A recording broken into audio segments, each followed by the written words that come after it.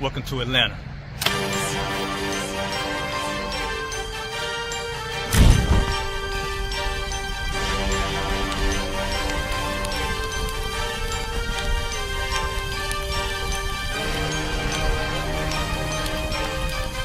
Price is Officer 5000, Yahanna, camp leader of Atlanta.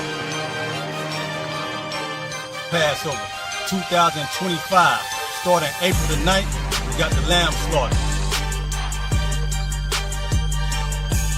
April the 10th, we got General Muhammad's class. April the 11th, we got the black party that's gonna have the Hebrew graduation. April the 12th, in Atlanta, Georgia, the 56th annual Passover, the only Passover under Commander General Yahanna. Our great and holy King have honored us for turning our lives from the darkness to the light, man. There's no greater gift you can receive than to wake up to the truth and then commit your life to saving your brothers, man. Looking in their eyes and seeing their faces and seeing what they've suffered and what they've gone through and seeing the end of it, man. It is a guaranteed seat in the kingdom of heaven, man. So in the name of our King Yahushua, we dedicate us another Passover of brothers and sisters' lives being saved. April the 13th, we got the Feast of Unleavened Bread.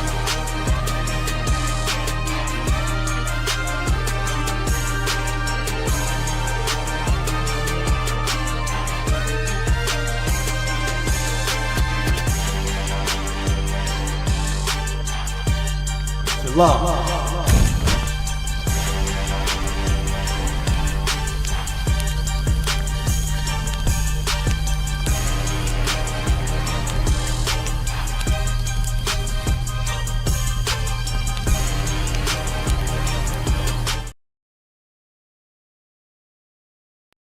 Hey, listen, brothers and sisters, man, if you like what you hear, hit the subscribe button, man. Subscribe to this channel.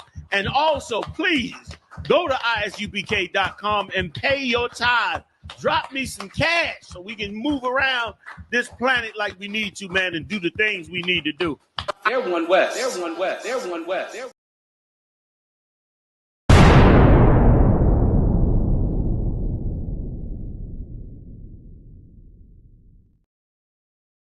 Hey, listen, brothers and sisters, man, if you like what you hear, hit the subscribe button, man. Subscribe to this channel. And also, please, go to isubk.com and pay your tithe.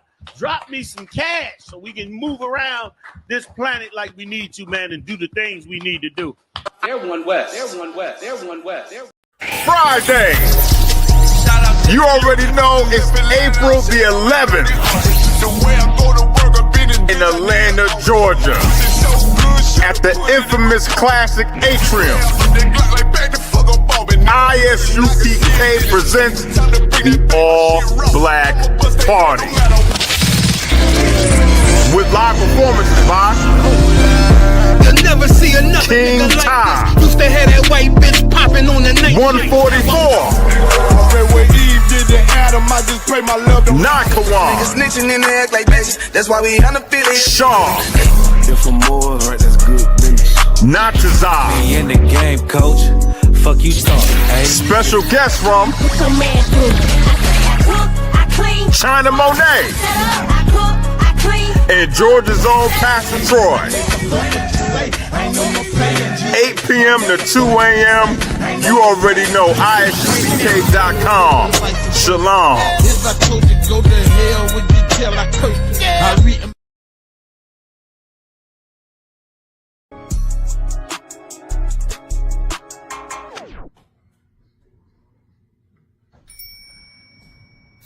Hey, slow your style. What's going on, Breeze? Hey, Slim Style, what's going on? Not one. Everything toward. What's wrong? But that Passover demon is something else, huh? How you say that? You'll see.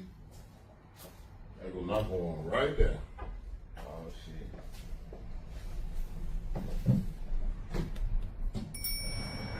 Hey, Shalom, stop. Hey, Shalom, Slim style. Style, what's going on? Not one. Y'all just paid y'all Passover fee? Nah, I pay mine in a couple weeks. About 2-3 weeks. I paid half of it, man. Half of it. Con. 2-3 weeks, huh? Knowledge. I know you ain't trying to teach class and you ain't pay your Passover fee. I can't teach class out of one? That's on you. Lord be with y'all. Lord be with you. Let's get it. All right. Ooh-wee. Lil Joe don't do nothing. All right. You know what? I'm tired of betting these dollars. Nigga bet 10. Nigga bet. Nigga bet. Nigga bet. Nigga bet 20. Nigga bet. Oh, yeah, watch. It's gonna hit.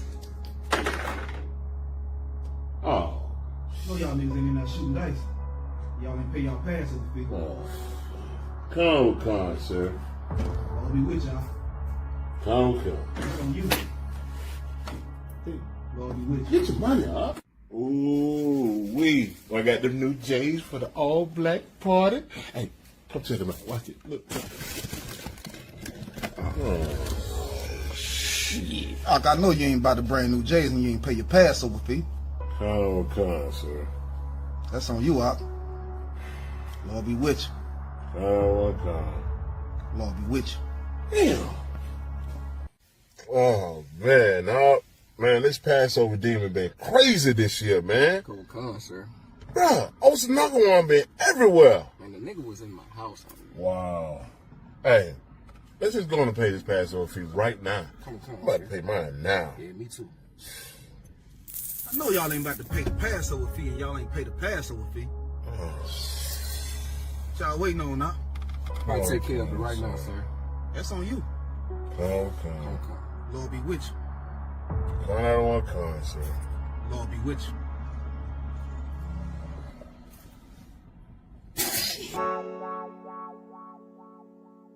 Hey, I don't give a lovely fuck about what them bitches gotta say. I'm a woman West nigga till they put me in the grave. I don't give a lovely fuck about what them niggas gotta say. I'm a woman West nigga till they put me in the grave. I don't care about what they say. Hey. Fuck with my Akima, fuck with my sister, then I got a problem, I'm never gonna miss you. I got 100 hanging out the AR, I got a 50 hanging out the pistol. He said, Man, your boy Pastor Troy going all the way up with you, man. You already know. Friday, April 11th at the Atrium. Yeah, man. Doors open at 8 p.m. You already know we're going from 8 p.m. to 2 a.m., man. You already know it's going all the way down. Your boy Pastor Troy, DJ Jelly performing live. And then we getting out there, man, Saturday, April 12th. It's going all the way down for the Passover. Yeah, man, you already know. At the Marriott Marquis downtown. Yeah, man, we're going from 5 p.m. to midnight. You already know. Hosted by Commander General Yahanna. Your boy Pastor Troy's going to be in the building, man. Y'all boys holler, man. Dear hater, you for real hater? Must not be on like you say, must not be getting no real paper. One West, nigga. Dear hater, you for real hater? Must not be on like you say, must not be getting no real paper. Nigga can't have more than you know them niggas will still hate you. Those are characteristics in a pussy nigga nature. Talk that shit behind my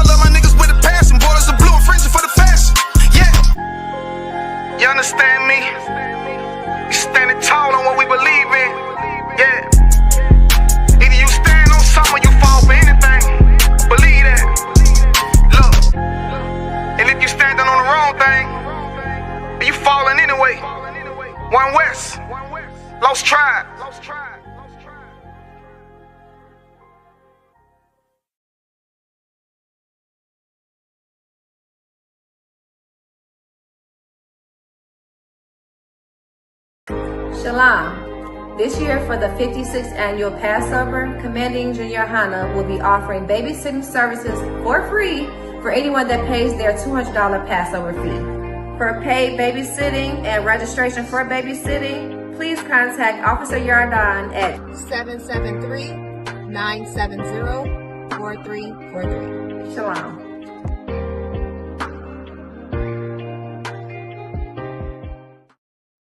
Hey, listen, brothers and sisters, man. If you like what you hear, hit the subscribe button, man. Subscribe to this channel. And also, please, go to isubk.com and pay your tithe. Drop me some cash so we can move around this planet like we need to, man, and do the things we need to do. They're one West. They're one West. They're one West. Welcome to Atlanta.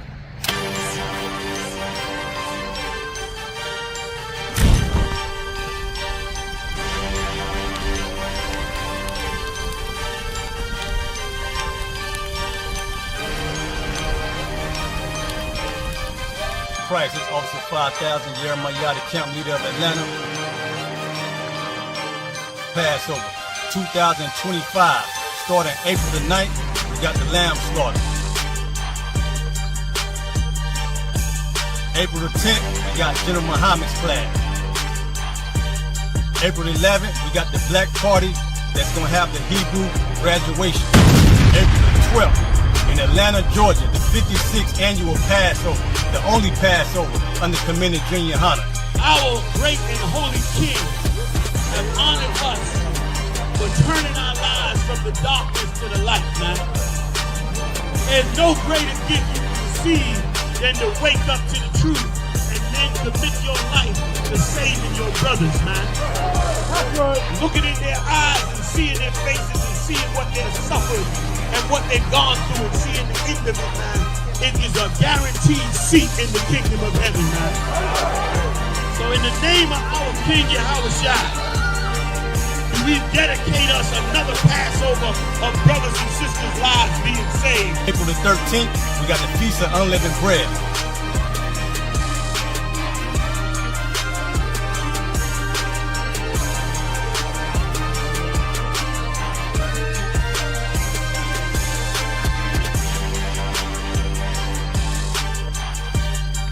Shalom.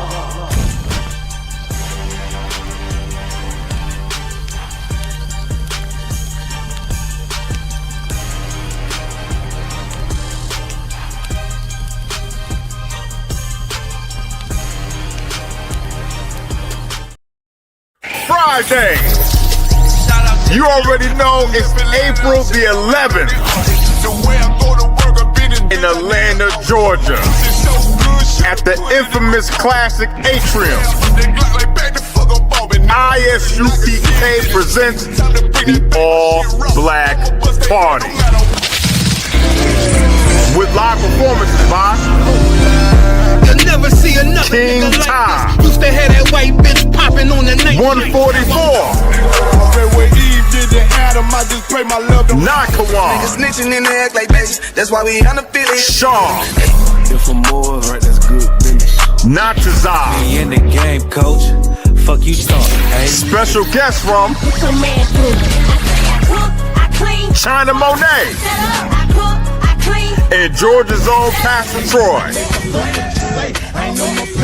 8 p.m. to 2 a.m. You already know ISUPK.com. Shalom. If I told you go to hell with you till I curse. I read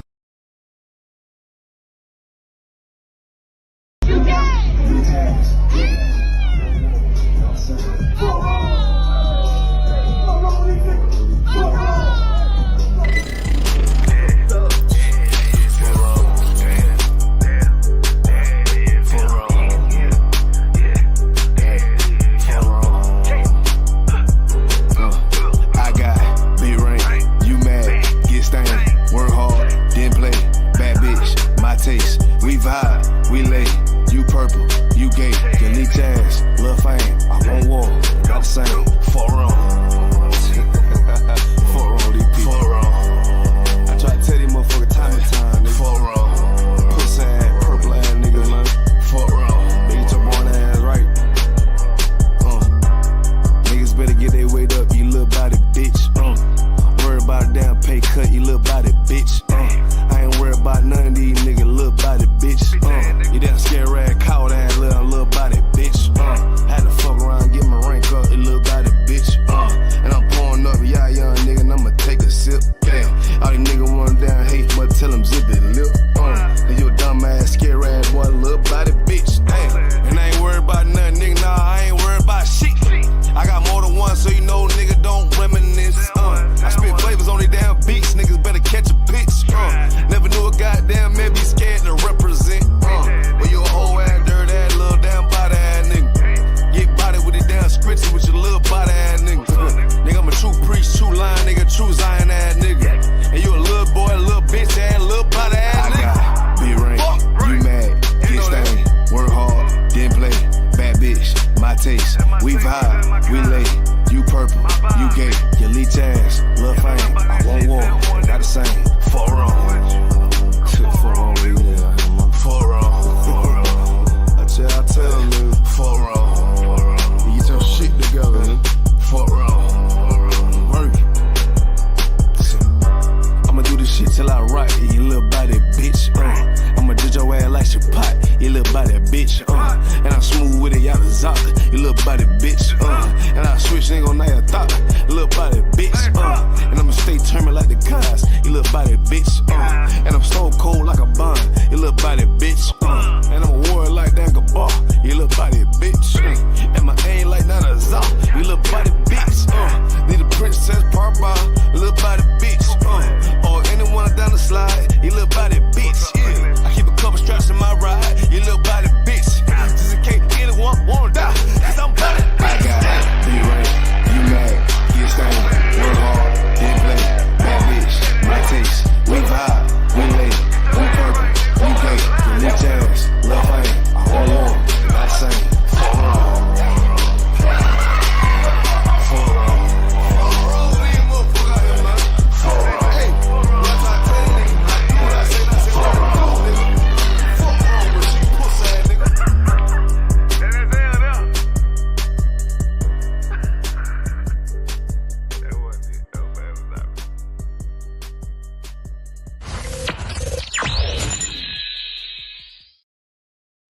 Shalom. This year for the 56th annual Passover, Commanding Junior Yahanna will be offering babysitting services for free for anyone that pays their $200 Passover fee.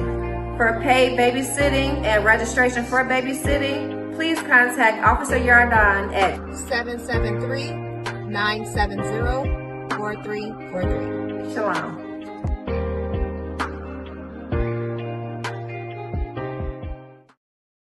Boy, Pastor Troy going all the way up with you, man. You already know. Friday, April 11th at the Atrium. Yeah, man. Doors open at 8 p.m. You already know. We're going from 8 p.m. to 2 a.m., man. You already know it's going all the way down. Your boy, Pastor Troy, DJ Jelly performing live. And then we getting out there, man, Saturday, yeah, April 12th. It's going all the way down for the Passover. Yeah, man, you already know. At the Marriott Marquis downtown. Yeah, man, we're going from 5 p.m. to midnight. You already know. Hosted by Commanding General Yahanna. Your boy, Pastor Troy, going to be in the building, man. Y'all boys holler. Friday. You already know it's April the 11th in Atlanta, Georgia, at the infamous classic Atrium. ISUPK presents the All Black Party with live performances by Never see another King nigga like Ty. this. Used to have that white bitch popping on the night. 144. Nakawan. Niggas snitching in the act like bitches. That's why we unaffiliated. Sean. If I'm more, right, that's good business. Natazai. We in the game, coach. Fuck you talking, hey? Special guest from China Monet. And Georgia's own Pastor Troy. 8 p.m. to 2 a.m. You already know ISUPK.com. Shalom.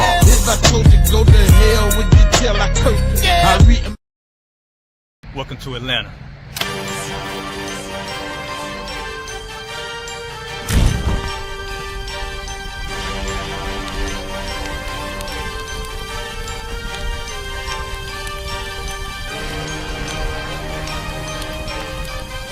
Christ. It's Officer 5000, Yahanna, camp leader of Atlanta. Passover 2025.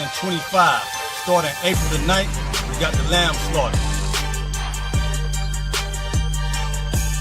April the 10th, we got General Muhammad's class. April 11th, we got the black party that's going to have the Hebrew graduation. April the 12th, in Atlanta, Georgia, the 56th annual Passover, the only Passover under Commander Junior Yahanna.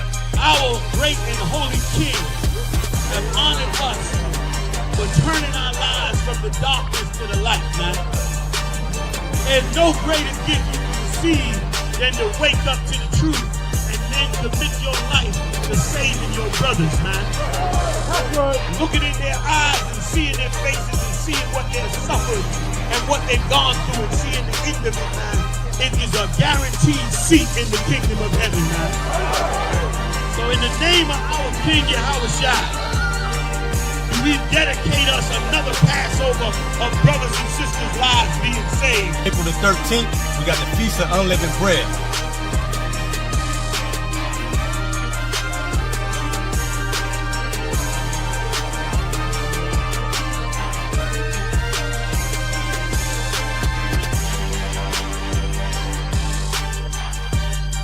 Shalom.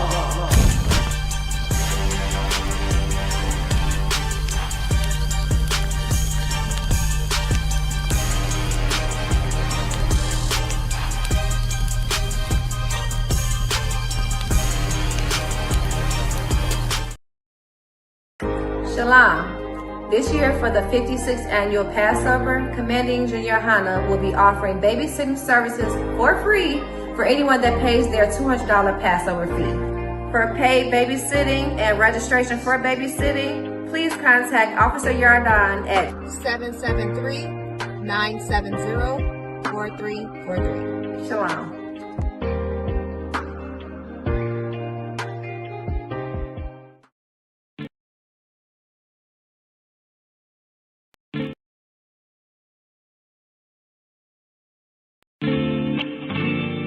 So I have to be honest and let you know that I screamed a little bit when I heard you say, "What's up, baby?" Ah, man, like what? What are we gonna do? Cause this is torture. Just call my can't bleed and request me. Just call my can't bleed and request me.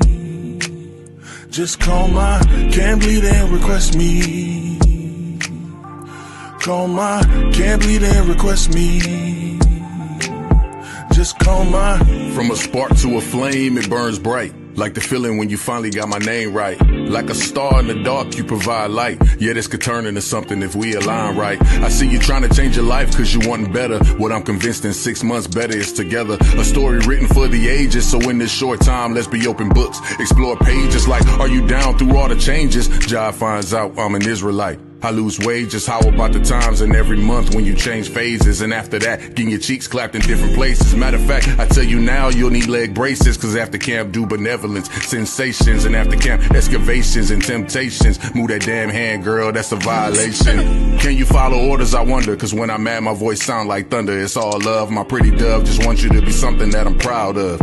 It's my job to correct, so never disrespect. A white rose, you wanna be chose, I'ma hit your camp leader, see how it goes, and pray that he don't oppose, cause that's how this old UPK thing goes. Decently and in order so we escape woes. You really do impress me, and now I can't wait until your spirit reflects me. Look in the mirror and tell yourself you accept me, and take the steps to call my camp leader and just request me. Call my camp leader and request me.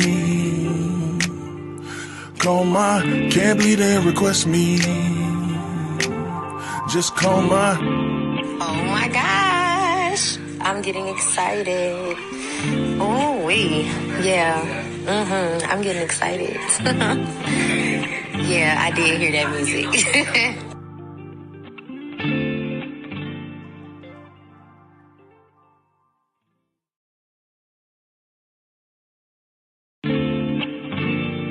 So I have to be honest and let you know that I screamed a little bit when I heard you say, "What's up, baby?"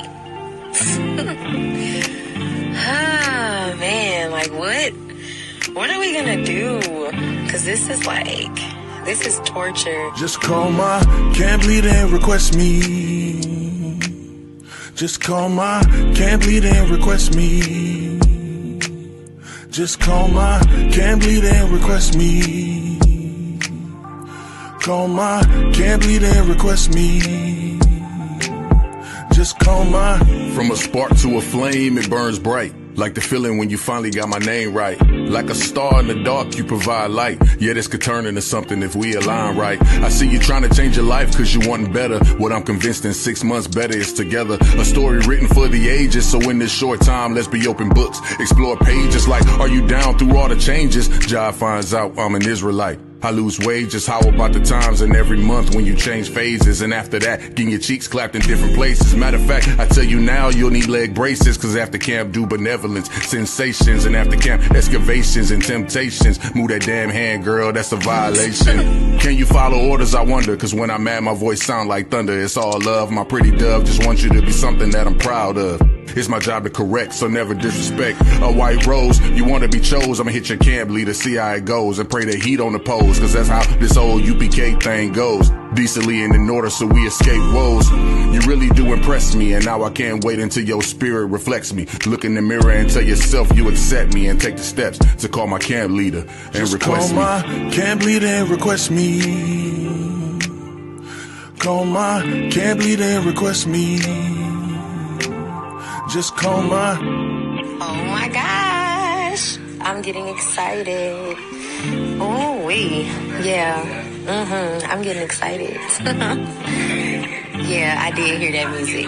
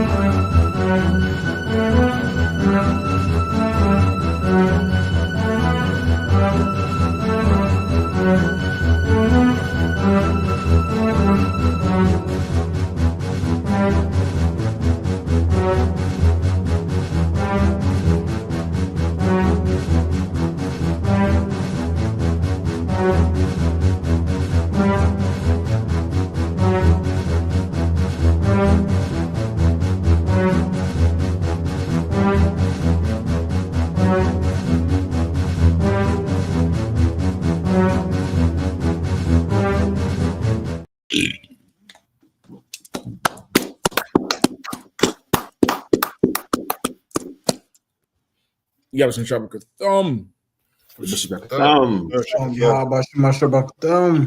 What's going on, Akim? How y'all feeling? Good. Listen, Like $1,000,000. Listen, I was grooving to that La Payada. That called Daddy brother. Yeah. Oh God. Me too. That's straight and direct. Listen, I can't get around it. There's no way around this thing. The Lord done gave Judah the gift of God back. Like, he just gets straight to the point. Just call my camp and impress me. That's all. The picture with him in a field of white flowers. I was like, yeah, that's it right there. And Cap, he think he's slick. He dropped right before the Passover. I'm trying to tell you. No, that's a real R&B tracker. Yeah. That's a real R&B rhythm and blues, smoke and guitars. Mm-hmm. That's a real, and it got the good masculinity on it too. Yeah. You ain't singing in the rain, ripping your clothes off like like Jaheim and them, yeah, I mean, yeah. Jaheim and look, Brandy little brother and Ray J. He ain't in the parking lot going like this, rain falling on you, all kind of shit. Yeah, man. You just go call the camp leader and just request me. Don't worry. That's you it. Get it. Yeah, I mean, it was right. Yeah, I mean, so again, you be back Wednesday night, Black Watch, big up Commander Yahanna, how this working now in Israel, who might be on shortly. Stay tuned. Yeah, I mean, we're gonna rock it out again. Passover, April 12th. Don't forget, pay your Passover fee, man. Pay that fee, $200 for every adult, 17 years and over. Pay that Passover fee. Go to isupk.com and pay your Passover fee. Pay it in now. There's a whole week of events that's going to be covered by your Passover fee. I mean, the Passover alone, you that should be it right there. Not not to mention all the other events. So let's get rocking. You know what I mean? How y'all wanna get it in? I know it's definitely a whole lot going on, a whole lot on the floor. So, like yourself, if I may. Please, and I just want to say that story Cap Kahan sent. My pops sent it to me the other day. That Marvin Sapp extorting and kidnapping the congregation. So, like you again, rough out here, brother. Let me see if I grab that video. We can start with that one because that one was funny. I thought Creflo was bad, but this nigga, I think he might have Creflo beating him. Like this is a whole new breed of hoe out here. Like Creflo, Creflo dance on the money. He said, "Money, money, money, money, money, money." This one here is something else. Yeah, I mean, what's his name? Marvin Sapp. Marvin Sapp. So like Cap, he had. Oh, go ahead, Captain. No, I was gonna say they got an old saying. They say a sorry sap sucker. They say that sorry.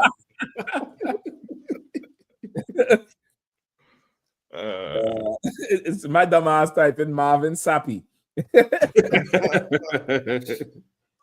Oh boy, this is crazy right here. Hold up, everybody done did a whole stitch on the thing. I'm trying to find the original video of it without anybody face on there.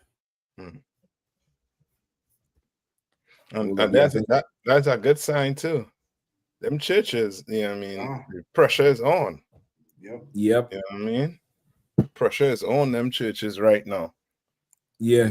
They're losing a ton of money. You know what I mean? Come on. If I could just echo what Captain Malthak just said about these churches, that inflation and all that is affect, once again, and a lot of people lost them government jobs. That's affecting these churches, more and more.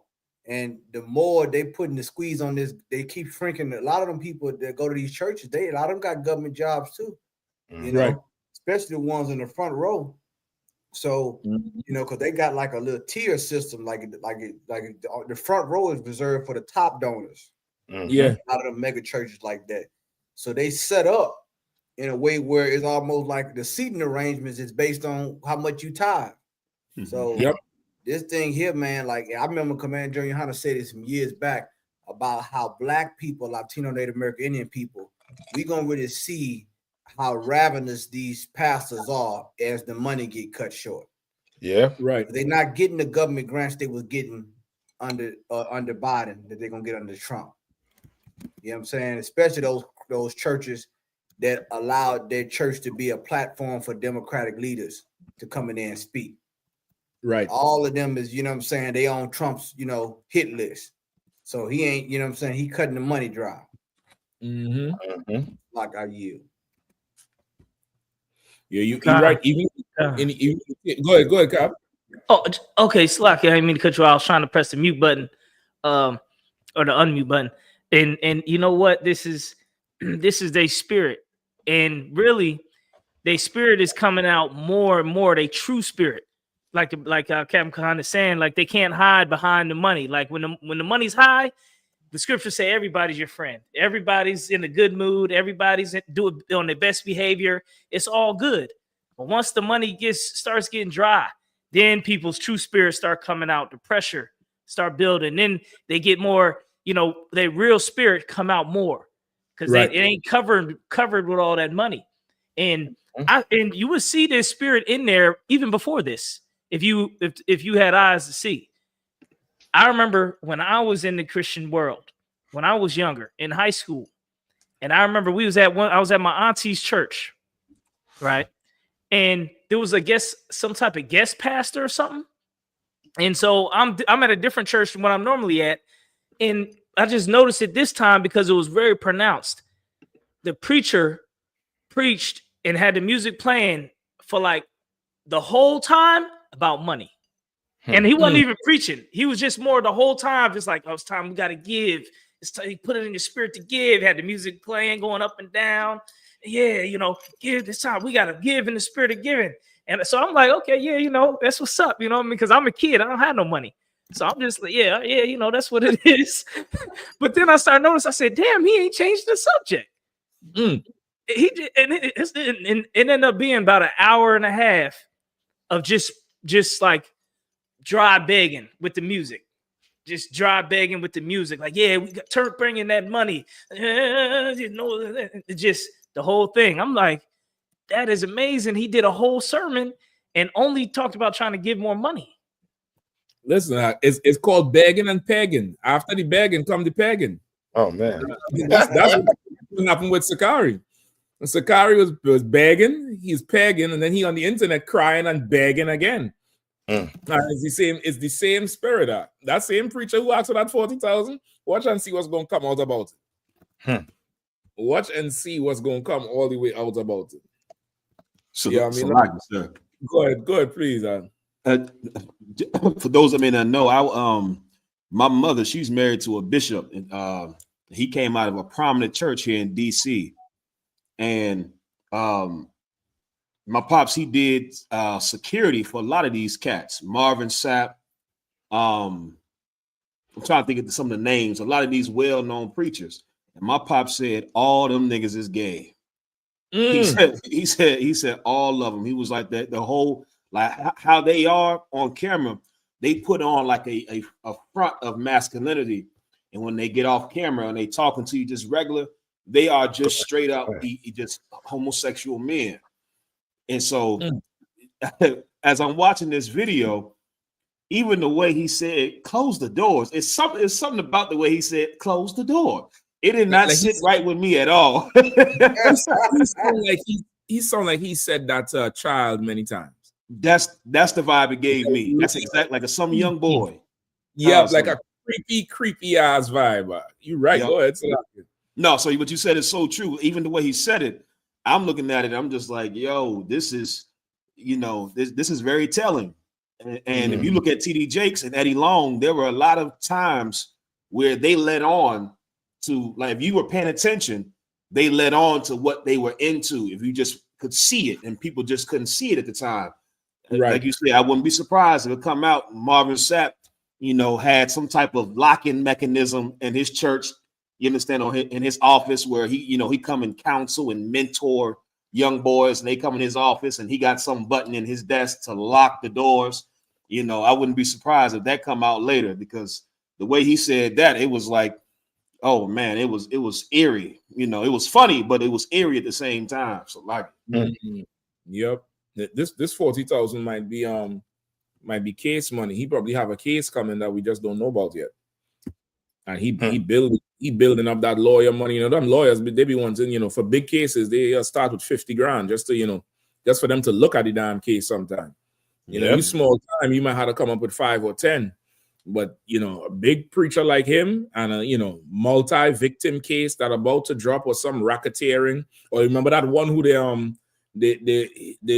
had him in the disposition, not even in the court. And they're asking him about his suits. He said, because I sweat a lot. So I need Gucci suits and I need $5,000 belts. So they say, well, why do you need all these suits? He said, well, I sweat. I sweat a lot. That's I mean, so that's what's coming. I mean, let's play a little bit of the team if you don't mind. The cost that is involved. There's 1,000 of you. I said, close them doors. Ushers, close the doors. Close the doors. Yeah, you see how we're saying it over and over? It's like he done, like you're saying, because he done probably told so many people who come there for, the one-on-one with the pastor and marriage this. He probably done, real jailhouse, just push them into a corner type. Right. You know what I mean? Like that there is crazy. Crazy. Come on. No, go ahead, Cap. So I didn't mean to cut you off, Cap. No, you go ahead, Cap. I'll come in. The UPK told y'all years and years ago that the doors of the church were closed. Now you have a pastor telling you the same thing. We told you the doors. This is like extortion. This is like it. I mean, you would think it was like a strong arm robbery in a way.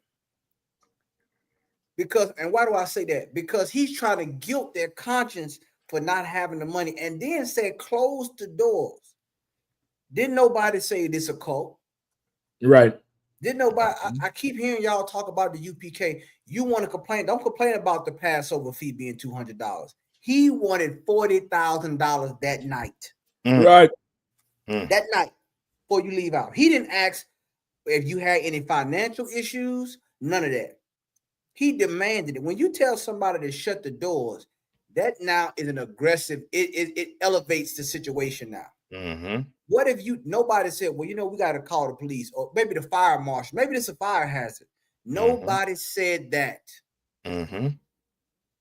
But these are the people that our people keep looking at. And it's going to be more because all this week, I've been hearing stuff about pastors all this week. They had one pastor out there in Memphis. He got smoked right out there in Memphis. 2 o'clock in the morning, some woman shot this pastor. Yeah. And it's on video where he's coming after the woman. Yeah. So all this stuff here is coming out. You know what I'm saying? So I just wanted to bring it out apart about this, Cap. So like I yield. That's it. And just to add to what you were saying too, like these pastors, they're trained to use the voice a certain way. They ain't trained to teach you the Bible. They're trained to try to, you know what I mean, like to soothe you. And you know what I mean, he trying his best to say it in a nice way, but it sounds ridiculous. Close the door. Like, you know what I mean? That's like hold door. You know what I mean? Immatures. Hold the door. You know what I mean? You know what I mean? Like that is, you know what I mean? That is so crazy just to think about it. And he's asking for 40,000, which means he knows them people ain't paying tithes. But no, what you was teaching them, you teach them the laws are done away with. That's right. Now you're asking for $40,000. So you want them to keep the laws and tithes, but they can eat pork in the church. Right. You see the problem with these Christian pastors? They're about money. And black people need to wake up. These black women need to wake up and start really following the men. You understand? They gain game. Alawapania. Barack. Hey, I was finishing up a thumb. What out here? Stop it up. What again?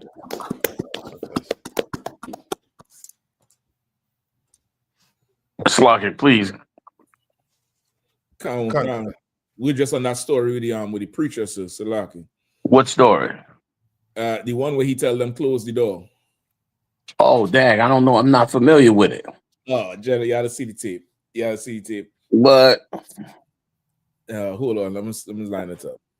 Salaki, yo. That is involved. There's 1,000 of you. I said close them doors.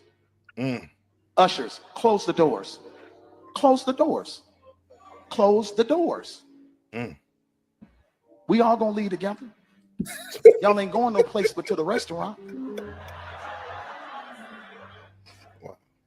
There's 1,000 of you tonight, and those that are watching, it's 1,000 that's watching online.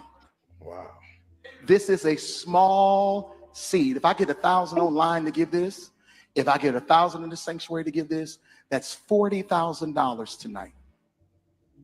I'm challenging each of you all down here to give a $20 seed. I just think $20 is a lot of money. $20, believe it or not, when my late wife, Melinda P. Sapp, was alive, was a good date. I could take her to the movies, buy a box of popcorn, get 1 soda, 2 straws. I wasn't cheap. That's swag. I was looking in her eyes. She's looking in mine. Can't do that no more. Now, everyone up here, we've all sold and seeded, but I need everyone standing up here with us, with me, to plant a seed of $100. Because again, it costs to sit up here. I got you. Wow. Let's see. So put your 20 away, preachers. that 20 wasn't for you. And this is what I need you to do. If you're giving electronically or even if you're giving tangibly, I'm gonna have y'all come to the altar and give it because I need to see 1,000 people moving. Wow. You want to bring them baskets? I want the baskets up here. I want to see the folk.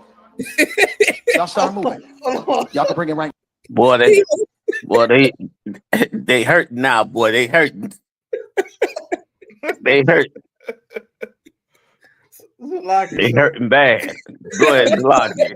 You know, like the way that it's the evil is so eloquent.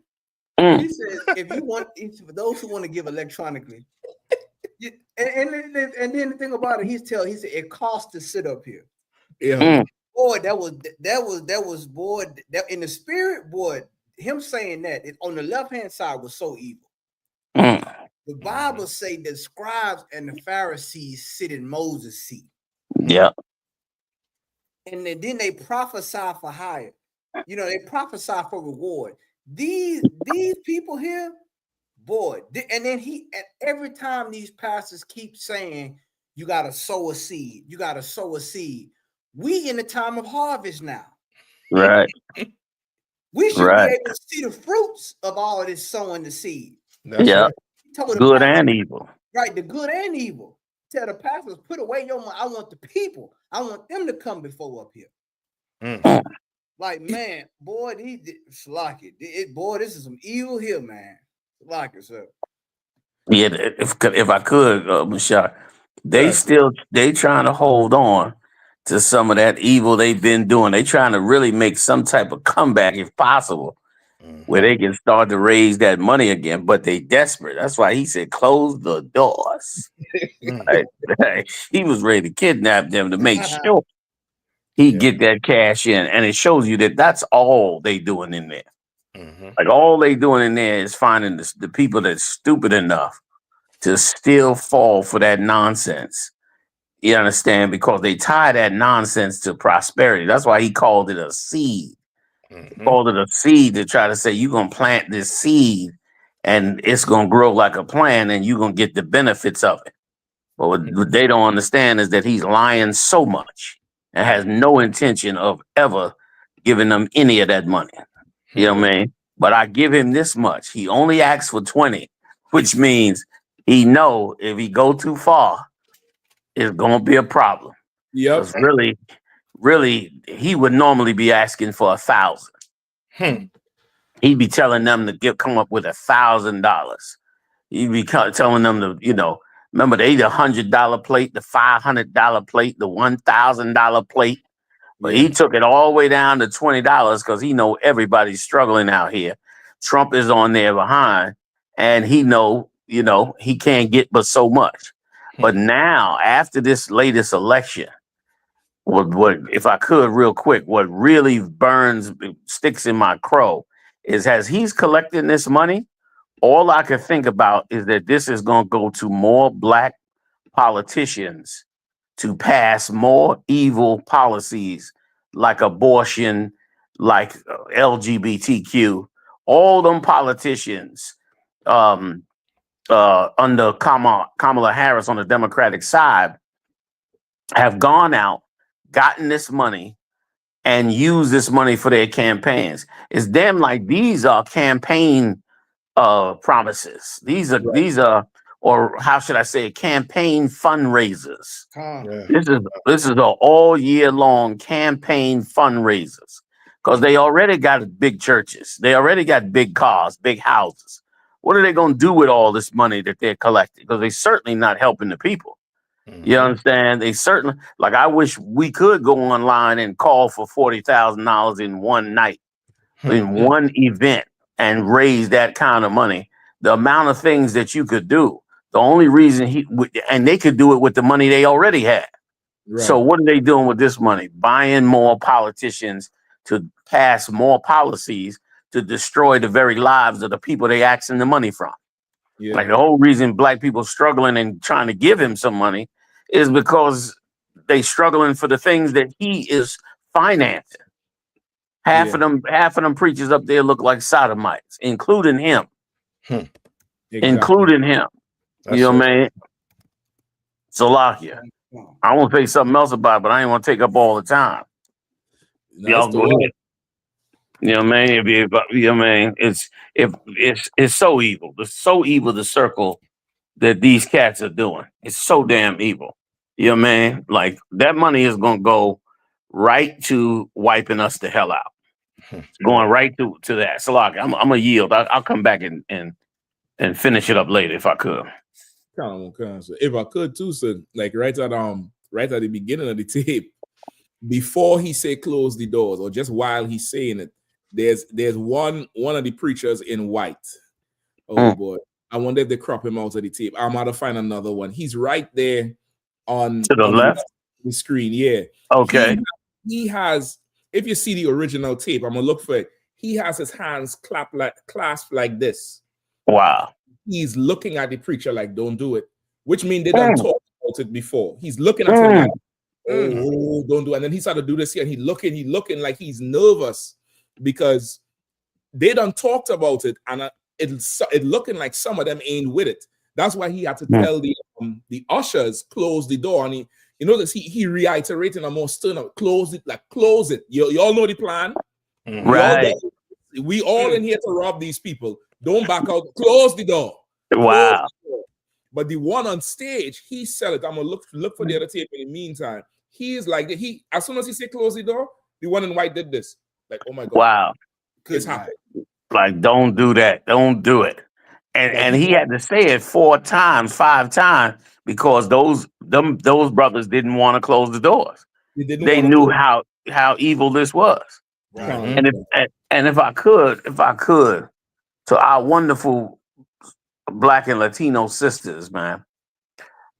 To all our Black and Latino sisters, 2 things, if I could, Ms. Shock, and I'll yield, brothers, is one, I want to say that you sisters need to know that we are totally vexed and repelled when we see these preachers run this game on y'all. Like, it vexes us to our soul, knowing the Bible, having studied the Bible, and know that these are thieves and con men that are sitting here over these churches, taking the money of these women for so long. For so long. When's the last time you sisters heard of a preacher doing something spectacular for the poor? When have you, the last time you heard about a preacher building low-income housing, it had to be in the damn 70s. You understand? Maybe you made it into the 80s.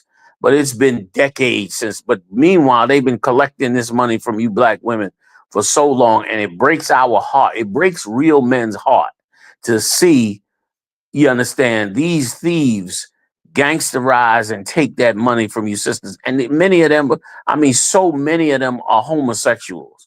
So many of them fill themselves with suits and wingtip shoes and jewelry and make themselves look as sweet as they could be and palatable to you sisters, and then take all your money and use your money for their homosexual relationships, for traveling around the world with their little boyfriends.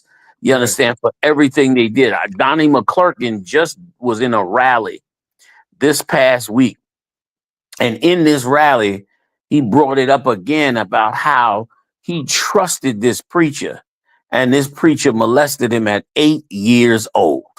8 years old. And he said how, and he brought out a part about it that was real amazing. He said not only did this preacher rob him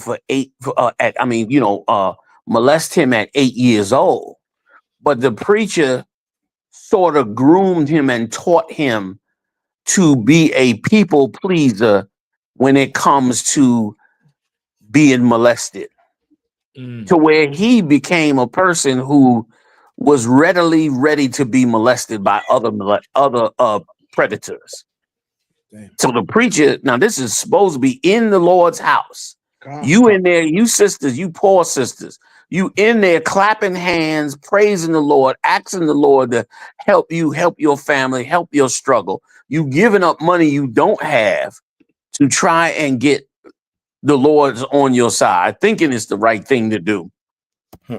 And this charlatan, this hustler, this swindler, this con man is sitting there saying taking your money, and meanwhile, in the background, molesting little boys and putting that effeminate spirit on them, damn near like to be submissive like a woman would be, but submissive to predators, submissive to other men in a congregation who would want to molest the child, to where that child then becomes like basically like a child prostitute. Right. But not one you got to necessarily hand him some money, but you befriend him and buy him some sneakers, and you're able to molest him. And then another preacher come along and buy him, one of them video games, and then he molest him. And then another take him out to eat or something, and then he molest him. And Donnie McClurkin was bringing it out how he passed it around. And here's the thing: he is probably one of a million that have been molested, yet he's the only one that has prominently brought that thing out. That's right. And he was also the one that exposed the down low. Nobody knew about the down low until Donnie McClurkin came out with it. And it was a sad shame thing. And I feel sorry for you sisters that believe that. I feel sorry for you that sit up there and get robbed year after year while the black community gets weaker and weaker and further destroyed. Every single year, they taking and taking and taking. You get nothing back. Everybody's taken from you, sisters, and you get nothing back. And for them to now, for now, they want you to be angry with black men. Black men are now being charged with, not voting for Kamala Harris. Don't nobody like Trump. No, nobody like Trump. Certainly the black community, you understand, does not like Trump. But brothers, you sisters got to realize that brothers were repelled at the idea of putting a prosecutor in charge of them willingly, because it appeared, now it may not have been the case, but it appeared like here comes a whole world of abuse and degradation on black men. Like it was feeling to black men like evil black women are going to win. That's what it was feeling like. Not righteous black women, but evil black women was going to win. And brothers felt that way. And I'm talking about brothers in the world, us in the truth. We don't care because we believe all of it is against the Lord's chosen. But sisters in the world got fooled by the idea that brothers didn't even vote for Trump on that level. But they felt like it was our Latino brothers. They did go for the Trump, and they got burned the worst by him. And so I'm saying to the sisters, do not hate this black man that you see out here now based on the idea that he didn't go against her for that. Also, too, I mean, this woman was touting abortion like it was, the greatest healthcare transformation for black women. Right. And you got to understand, brothers did not want to fall for that. She was pushing LGBTQ. I mean, pushing that prisoners and children had to have sex change operations. And certainly you sisters out there can see past the situation morally and can see why brothers was thinking and talking that way. But you cannot break from your man now. Don't turn on the black man now. Now that the chips are down, now that there was disagreement, don't turn on them brothers, because them brothers is for you. Don't turn on them brothers, because you're going to meet a worse fate if you go out there and try to tie yourself to these heathens. You're gonna be making a horrible, horrible mistake.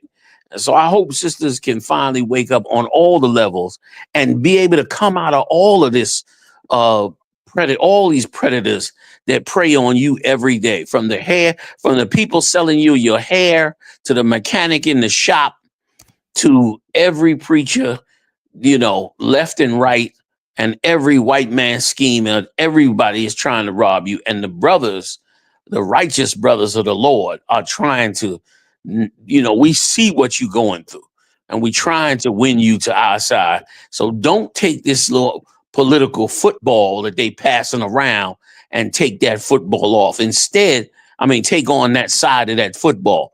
Instead, go look at that preacher in the eye and recognize that this is a charlatan in front of you.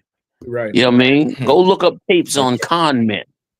Look up tapes on con men, and then put your preacher into that category, and you're gonna see he fits right there.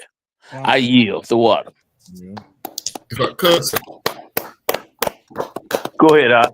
The water. So like I said, come on, concert. What you said is so heavy, and if I could, it's like, it's like the Lord is always trying to show us why He's gonna bring judgment down on the Christian church and the Black community. It's like I always like to contrast things, and everybody in that church knows that that preacher puts in no work. Yeah. Everybody knows that he's a charlatan.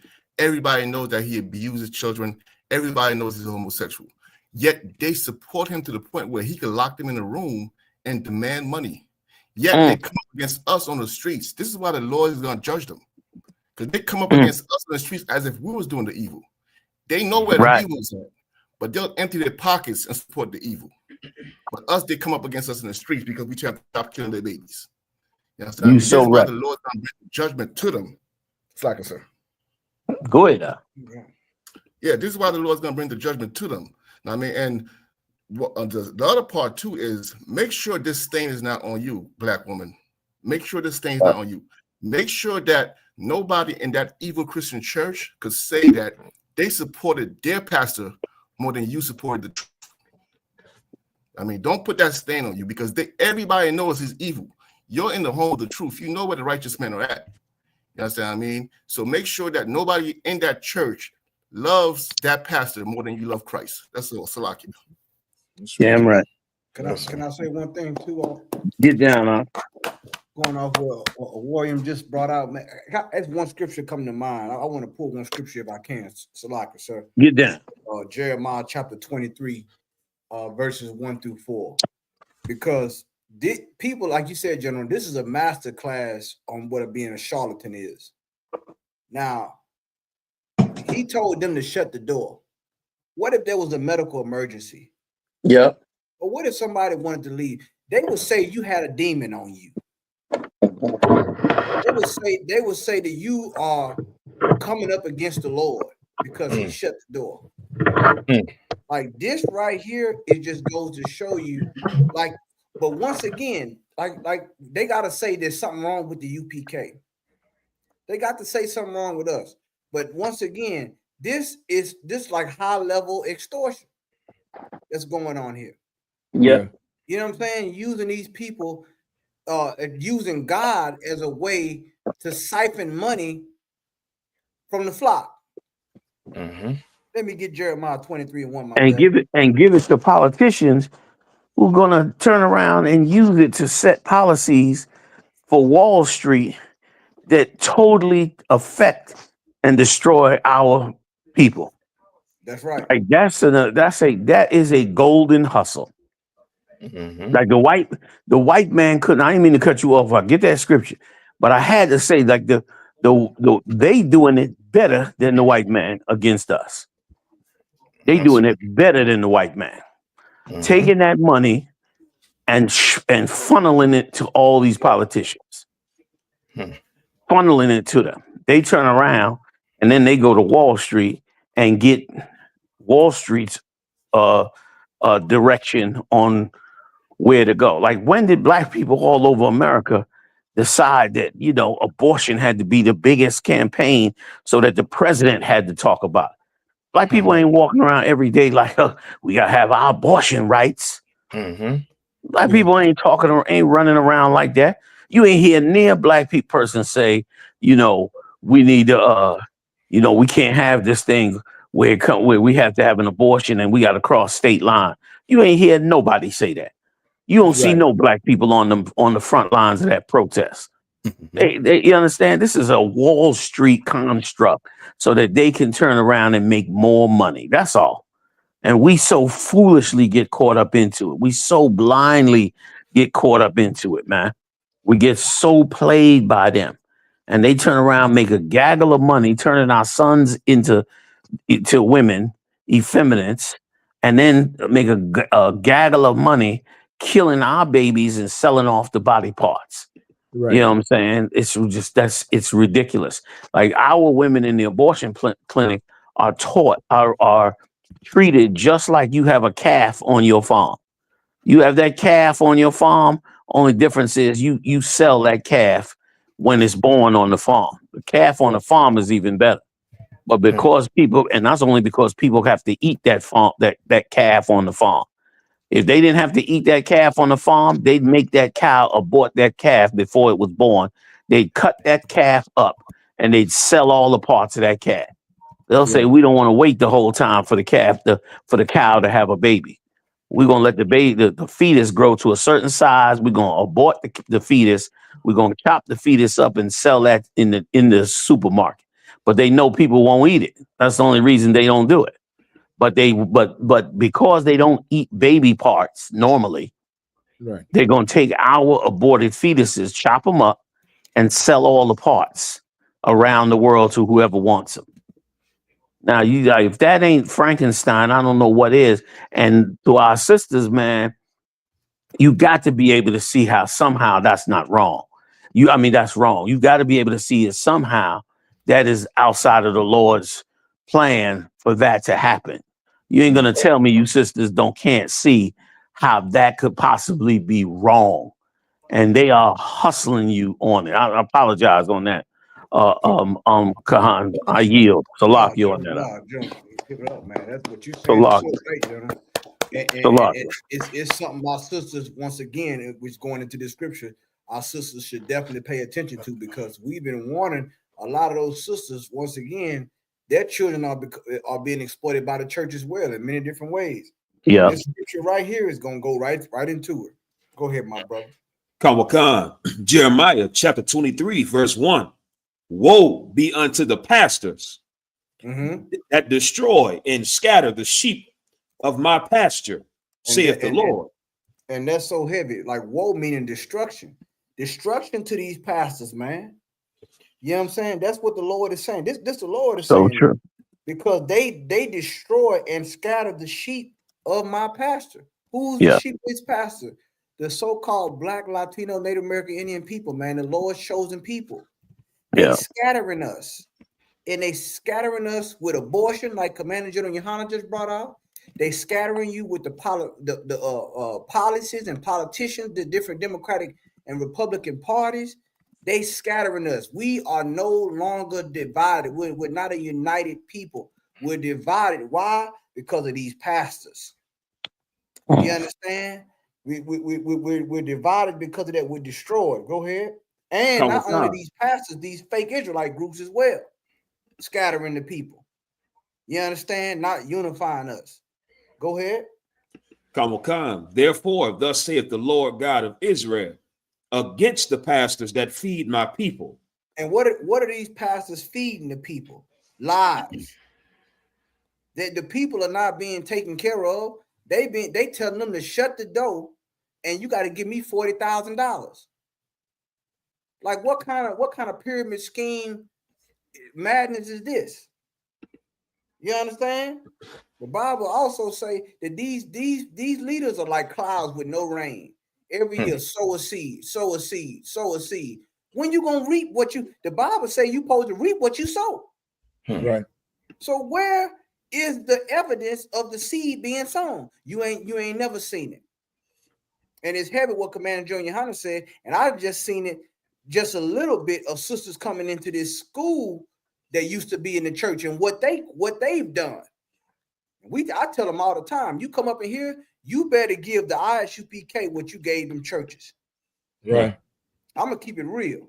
Cooking, everything. Them black women then built the church. Them mega churches you see was off your grandmama's money, her pension, all that.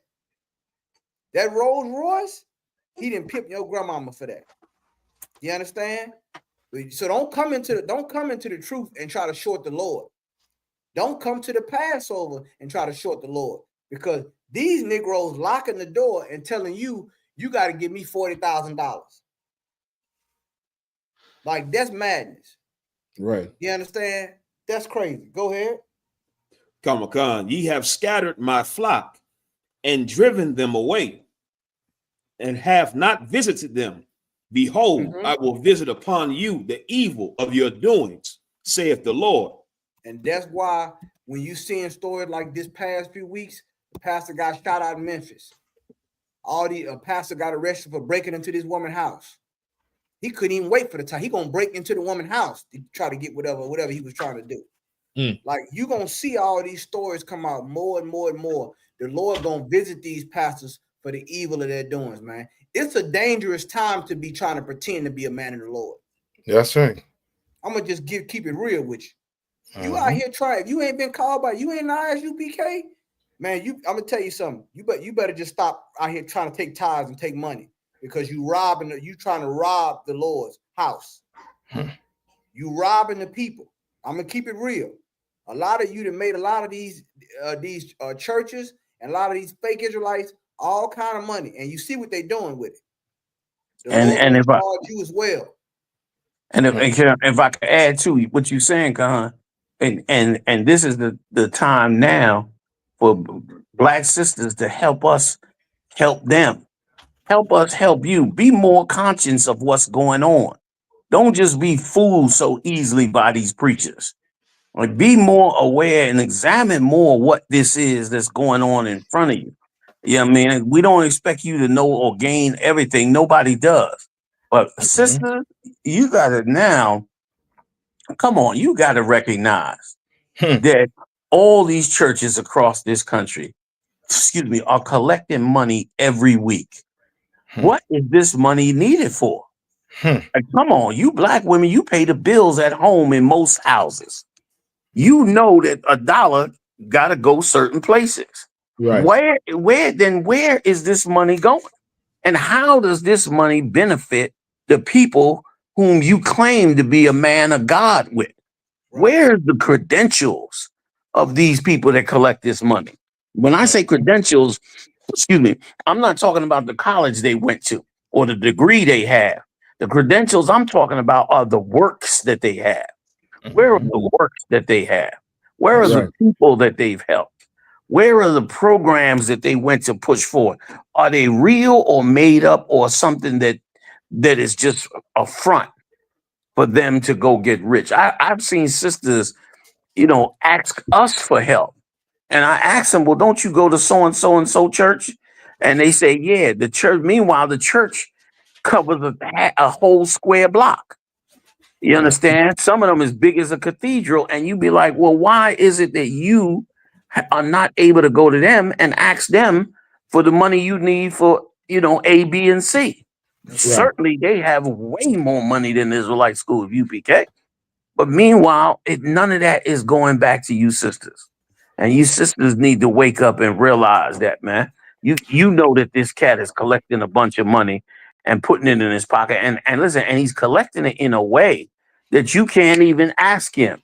Right. What is like, you can't go to that preacher at the end of that night, right before he shuts down, and ask him, Reverend, I'm glad that you collected that money to help God's people. I'd like to get $3,000 of that money to try and pay my bills. I'm behind in my bills. I'm 3 months behind. I'm in this situation. Blah blah blah blah blah. Go to him at the end of that, because that's what's supposed to happen. At the end of that night, he's supposed to expect. He's collected $40,000 that he do not need. Which is one of the reasons he don't even say that he need it. And he should. He doesn't even say what he needs it for.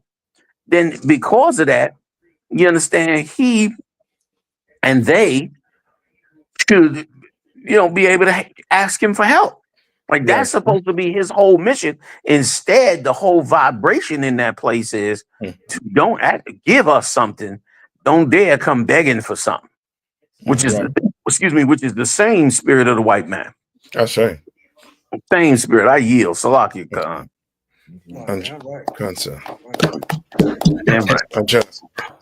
And Salaki said, just to add to what you're saying too, is almost like them pastors, like tithes is every week. You know what I mean? Tithes is every week for them pastors. And Christ said it, so well also too, because he was dealing with the Sadducees and the Pharisees. So you understand men like this. And and if I miss it, could I read Luke 16? I might have cut somebody off though. Did we cut somebody off? Salaki. Nah, sir. I was done, sir. Okay, Salaki Khan. Go ahead, Night Salaki. Salaki, sir. Cancer. Could I read Luke 16 and 3? Get that, brother. Like, you know what I mean? This chapter is, you know what I mean, you want to understand a pastor. This Luke chapter 16, you go read that. And this is every pastor, you know what I mean, USA, every pastor in the Caribbean, you know what I mean? Every pastor in your church. This is him. Right? Luke 16 and verse 3. Khan, Luke chapter 16, verse 3. Then the steward said within himself, right? What So you shall I know do? a steward is somebody who's supposed to look after the people. You know what I mean? That's his job, to look after them. These preachers, their job is to look after the congregation, to make sure they're doing what the Lord said to do, make sure they're following what Christ laid down for us to follow. Right? Read on. For my Lord taketh away from me the stewardship. Right? The Lord take it away what? The stewardship from why? Because he ain't doing the job of a steward. He's not. Read on. Come on. I cannot dig. To beg, I am ashamed. No, you watch that pastor and ask yourself if he could dig. You can see him on a I mean, you can see him on a construction site. He's not going on a construction site. Right. You know what I mean? You know what I mean? He is not digging a hole to put a plant in or a seed in. You understand? He's not doing that. Right? Read on. Verse 4.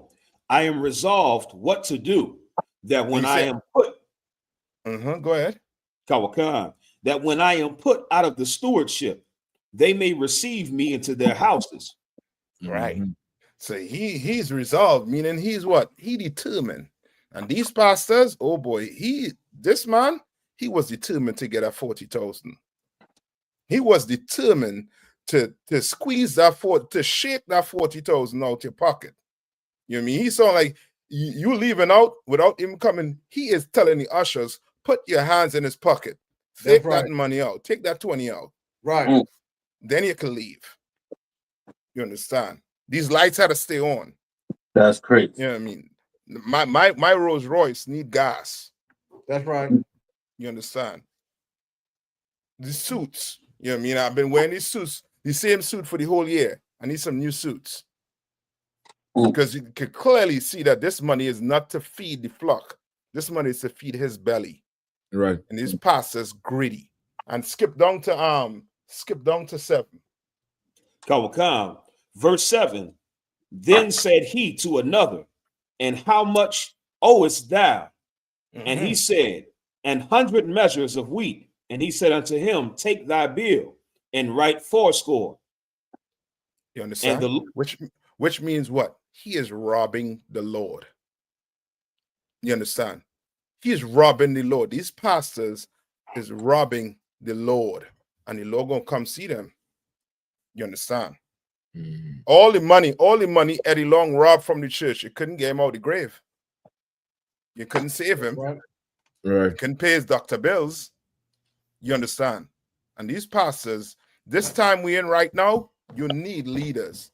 Like Commanding Jerry Yahanna. You need leaders. You understand? The Lord gave you one. But you clearly see this man right here, he is for his belly. Like many of your pastors. They're not out to help you. They're out to get money. And Christ been warning you throughout the whole New Testament, been warning you about these type of pastors, these false prophets. I yield. God. Shoot. Long, if I could jump in there, if it's all right. Oh, please. Luke 11:21, just real quick. It says, when a strong man armed keepeth his palace, his goods are in peace. This goes into even what Commander Yahanna was saying about going all the way back to black men and black women and the dynamic between us. Because black men have been seeing this subconsciously and consciously in the world of how the church is manipulating the women even against the men because they want to get rid of the men. Because now they know since the men is out the house, they can manipulate the woman easily. They can take her money easily. They can pull stunts like this. Right. You know what I mean? They can't pull a stunt like this in a place full of men. That's right. They're gonna say, hey, this is what you talking about, closing the doors and this that. If I ain't got it, I ain't got it, man. What's going on? You know what I'm saying? But the church over the years have been slowly pushing out the masculine men, the masculinity, pushing out the men, That's right. pushing out the families, to where the point where I remember when I was in church, when I was in the world, when I was a teenager, there was basically one man in there that was married with a family. And it was a church with like 60 people. You could feel like 160 to 100 people in there. There was one man in there that was married with a family. The rest was just single women, and the drummer, he's the only other guy. You know what I mean? A couple guys in there that's trying to get women. And so black men in the world has seen this. And they subconsciously seeing how it's connected with the politicians, connected with Kamala Harris. Remember what Obama said when the campaign was running. What'd he do? You black men, you need to get it together. They strategically put some black men in the room, one with like a baseball cap, and then a younger guy to the side, to where Obama's checking them, to where they made it look like, oh, he's checking all the men. Right. Tactics like that been used in the Christian church and been driving men out. And so, that's why the scriptures say they even scatter the flock, because even men that would serve the Lord, even men that would try to get on the right path, they know this isn't right, or they subconsciously they can't get with it. They love God. It's like my uncle. My uncle, he loved God. He feel he like a preacher to himself, but he just can't get with the church. And you can't blame him. Right. They've been trying to push out men from the church. That's it. So just so they can get to the women. So that's what you're seeing, and that's what been destroying and dividing the black community. That's what's driving a lot of the black woman, black men divide. Oh, black men against black women, the battle of the sexes. The churches is driving that. That man go in there, next thing you know, the pastor like, if that man ain't doing this, if that man ain't doing that, right? And he's not being a good man. He's always siding with the women, always siding against masculinity and against the man's authority in his own house. That's why the scripture said your woman should learn at home. How you got a church full of women and no men when the scripture say let the woman learn at home from her man? Yeah. That's to ensure that the women don't get all manipulated and gaslighted up and start doing things where they getting the power over the men. They got a question they can ask at home when they got a husband who's a man of the Lord, trained up. That's why the scriptures say a man armed. They don't arm men in them churches. They don't arm men with knowledge. They don't arm men with wisdom and understanding to do anything. Right. So they can always be paralyzed men that have that are very. When you look at the Christian men overall, they're very subdued. Look at them. They all are very subdued. They're very. Say it like it is. They very effeminate. There you go. To help you out on that one, Kapaz, I know that's what you really want to say. Is that like how is it that in this church became a haven for homosexuality? It could not have become a haven for it. The down low could not have flourished in it unless these men were effeminate, even the ones that are not gay, if there are any. So, Lockie, go ahead, Kapaz. What you're saying is heavy. That was it, Adawan. That's where it's going. And so what you're seeing in the church has become the black community, like at large. You're seeing black men who have a disdain for, black women who have a disdain for black men. You have spineless, half effeminate black men that are in the churches, speak in power, which is the same type of black man the white man love. He loved these type of black men because they effeminate, they peaceable, they don't want no trouble, they don't, they just want to get by and get theirs.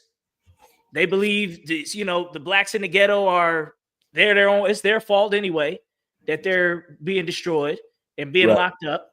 Right. They don't reach their hand out. That's why what did the scripture say with Lazarus? He said, or not Lazarus, the rich man. He said, man, he told after death, after whatnot, he said, can you go tell my peoples that, to not come here like me? He said, you was there with him. He didn't help the poor. You didn't reach out to him when you was there. So don't try to get no extra help for your people. They got the prophets. Let them listen to them. So that's all. It's just become the church is the microcosm of the whole black community now. Brother, what you're saying is nuclear right there.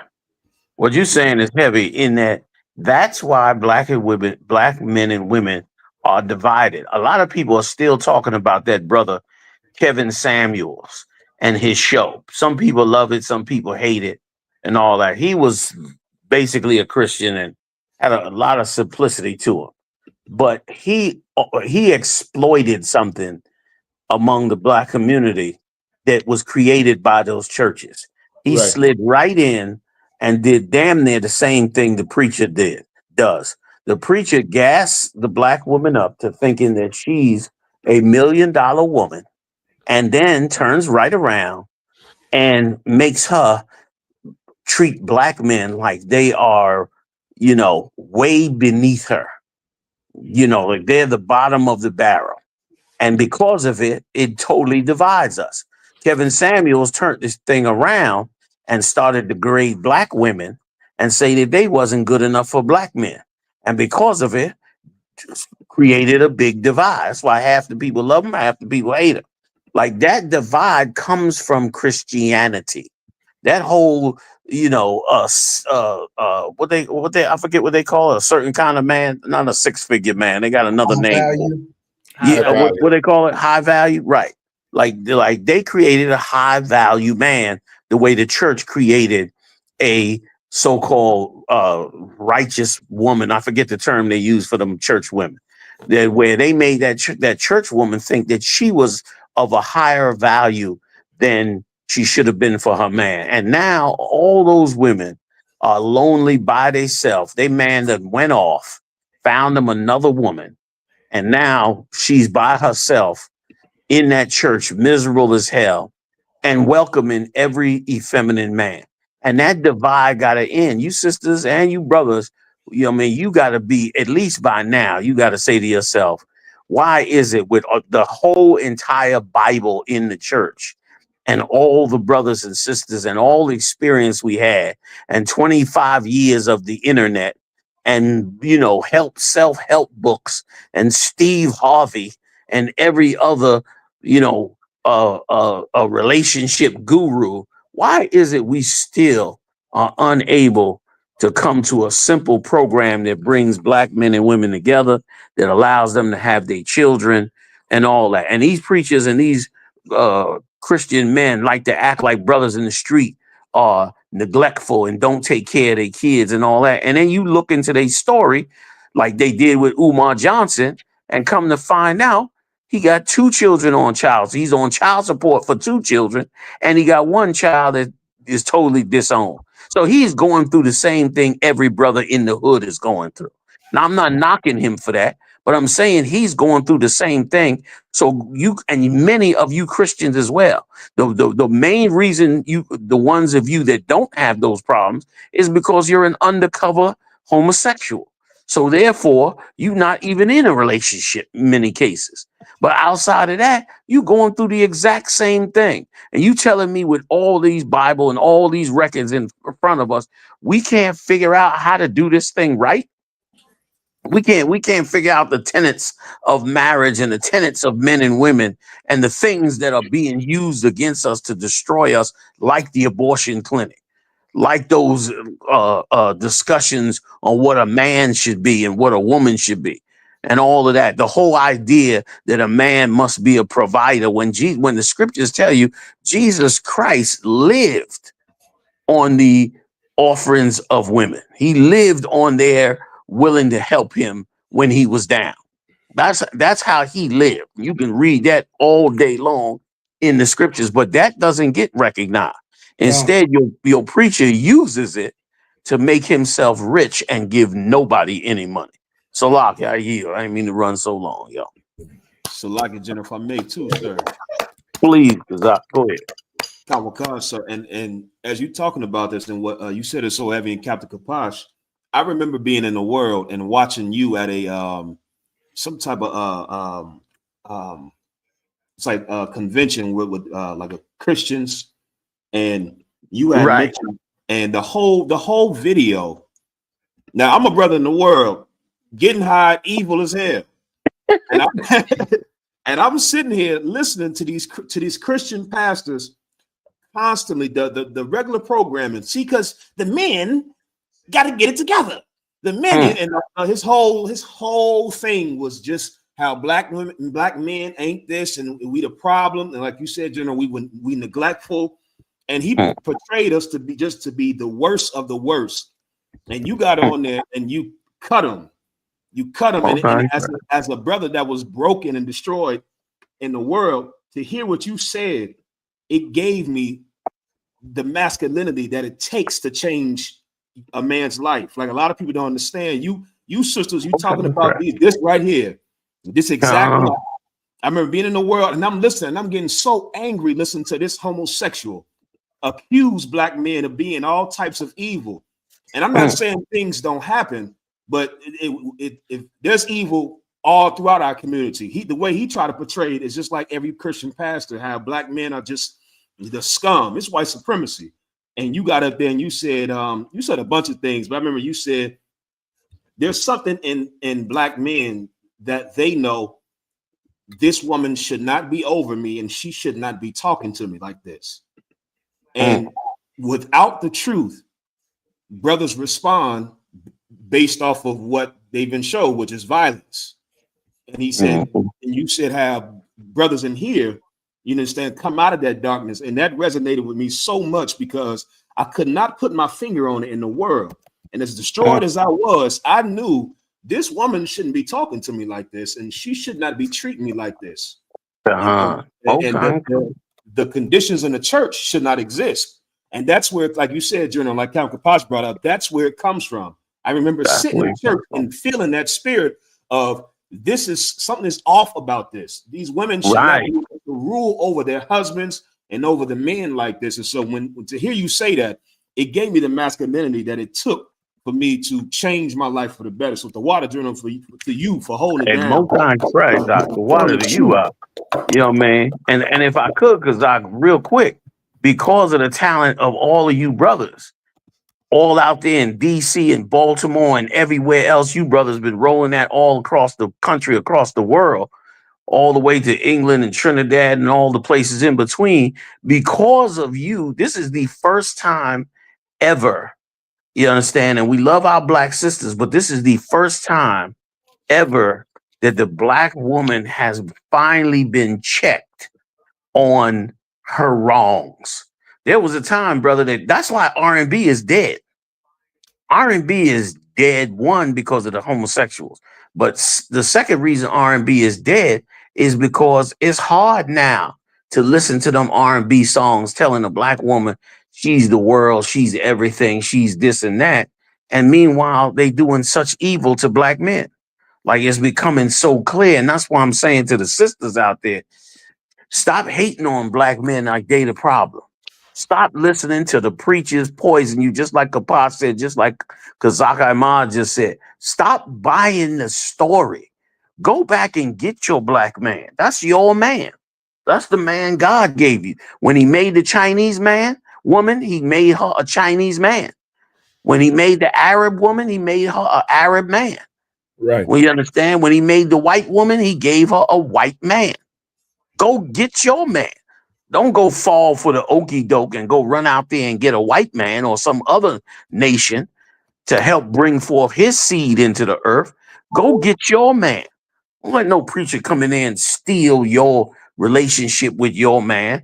And to get to this point we at now, like Kazak is bringing out, we had to publicly charge black women for what they was doing. Because brothers was suppressing it, like Kazak brought out. Brothers was suppressing it, knowing that this ain't right, but suppressing it as best they could and trying to function in it and until they can't no more. You understand? And brother, there was an epidemic of it. It was one time, it was an epidemic of black women throwing black men out of the house. It was an epidemic. It was like common knowledge. You know what I mean? And I know firsthand, I watched. I tell this story all the time, real quick, and I'll yield. How when I was growing up in the worst place on earth, in the east corner of hell, that black men would leave out and Latino men would leave out to go to work in the morning, work all day. And when they was out at work, come 10, 11 o'clock, right before lunchtime, the Jehovah's Witnesses would come and knock on their door. And they would try to get themselves invited in. Sometimes they would stand there talking at the door. And it was almost like clockwork to me. Within 6 months, I would see that man being thrown. I'd hear the arguing, or I'd hear about the arguing from other brothers in the projects. And the next thing you knew, she was putting that brother out. Right. She put on a long skirt and threw him out the house. And it was like a phenomenon to me, to where I couldn't understand what was going on. But I knew that whatever these Jehovah's Witnesses were saying to this woman at that door, it was making her turn against her husband. That much I was a young kid, but I knew that much. I knew these people, whenever they go to somebody's house and they go talk to them, sooner or later, something happens to that woman where she don't want that brother there no more. And he's out. I yield. So like, if I could real quick, just double what you're saying, Commander Yahanna, is so heavy. Because this is one time when I was learning the truth. And I was studying. I was learning the truth. And I said, okay, I'm all the way in the truth, but I'm gonna go to the Christian church one more time to confirm and really see that, you know, I'm in that place is wrong, and now this is the truth. So I went there with my woman at the time. I'm young, like 20, 21, 22 or something. So we go to the church, right? While I'm in the church, I'm sitting next to my woman, we listen to the preaching. I've been listening to UPK and videos like, you know, like a fiend. So that's all in my head. So I'm kind of starting to ignore what they're saying because they ain't saying nothing heavy. But as I'm sitting there, I feel my woman's, like, I ain't gonna say her strength rising, but her voice and her power like rising and mine diminishing. Damn. I felt it in the spirit. You can see them trying to inflate her with the demon. I felt it in the spirit, and that was one of the things that made sure I'm like, I can't go there no more with her for sure. Because I felt it as we sitting there. I just feel her getting larger. Smaller. Oh Lord, it was bad. And brothers is living with that. So you feel a little extra bass in her voice. She lean across you, pass me that Bible. You thought, oh, wait a minute, what's going on here? Listen, and our sisters, if I could, our sisters deserve better than that. You understand? You sisters, you sisters are not going to tell me in the United States of America that Black women and Latino women are suffering for not having a man. You're not going to tell me. It is now 11:42 on a Wednesday night. You're not going to tell me that there are tens of thousands of our sisters across this country right now, you know, in total on TikTok, you understand, total misery on Instagram. Like, it's so bad, the divide between us, that they did a whole study on how Instagram was making women be depressed. And they were depressed because the women on Instagram were looking so amazing and having such a wonderful life. And these sisters are sitting home after work and don't even have a brother to talk to because they done been separated so apart. Surely you sisters could see something is wrong. And the thing is wrong is just like Kapas said, the thing that you can't see, the demonic work that you can't see is coming from the place that they say holiness is. They say holiness is here in this church, but what's really going on is that's where the demonic spirit is coming to separate you from brothers. So you got to be able to see that. Go ahead, Ox. I yield. So like, can I say one thing, General? Get down, brother. And I just want to say one thing, and Command and General Yahanna don't get enough credit for this, but I got to say, the manosphere. A lot of y'all brothers, y'all hear the word manosphere. You hear that over and over and over and over. But before the manosphere, there was ISUPK. Yes, that's a fact. I remember coming in when I first came into the truth. It was it was 2008. And I remember seeing the flyer. It had Commander General Yahanna on there. And it said, the last of the angry black men. Wow, that's going back. I remember that. And listen, that's way before all these social media influencers had something to say about black women. Commanding General Yahanna was on the street. I saw with my own eyes. I was there. I saw him correct black women, and it was a shocker. Like it's not like General said, it's not how it is now. He was doing it. It's cavalier what he was doing on the streets of America, and it was shocking. I remember a brother called me on the phone, and he said, "Cap, well, I wasn't a captain then. I was an officer." And he said, "Yeah, I see y'all on YouTube checking the black woman. Do y'all do that in real life?" I said, "I said YouTube is real life. Yes, that's happened. That happened right now. It just happened tonight. The video it happened tonight." He was shocked because he couldn't believe that it was happening in real life. But like the general said, you have so many men who have now found a way to have a divide, and that's what charlatans do. Charlatans find a way to have a divide so they can exploit our people. Yes, they do. And Commander General Yahanna, and he was so pure, and this is the beautiful thing about Commander General Yahanna, yours truly about career. I just got to say it, General, because a lot of these people pretending to do the work and pretending to be genuine. I would see Commander General Yahanna chastise a sister and then build her back up in the same instance. I remember that. And those sisters would call the show, call Black Watch back then, and say the water to Commander General Yahanna and General Muhammad and the generals for their counsel and how he fixed their marriage, how he fixed their relationships. So a lot of these people, they don't, and I got to say it because they're not gonna say it, but I remember. Before that whole manosphere, it was only one champion of truth out on the streets, and that was Commander General Yahanna. I got to say it. The Most High in Christ. Because you remember back then, you could not even get up on the podium. Getting on the podium would anger black women. I'm not talking about even speaking. Just if you just got on the podium, if you just elevated yourself into a position of authority, it would anger black women. It was an amazing thing to see our sisters in that state, and they couldn't understand, right or wrong, Kahan. They couldn't understand back then that we really loved them. We really saw how destroyed they were, how they was destroying their families, throwing their husbands in the street, and we was really genuinely trying to win them to the righteousness of the Most High. And and here's something I rarely talk about, Kahan, and you might know about this. You or Mashak or some of you brothers that have been around, Kapash, I don't know, you might know that. Do you know that they were calling me up? Israelites were calling me up and ripping me. You brothers on the street cursing out black women. You brothers on this, and I'm like, you in the truth. You supposed to be in the truth. Right.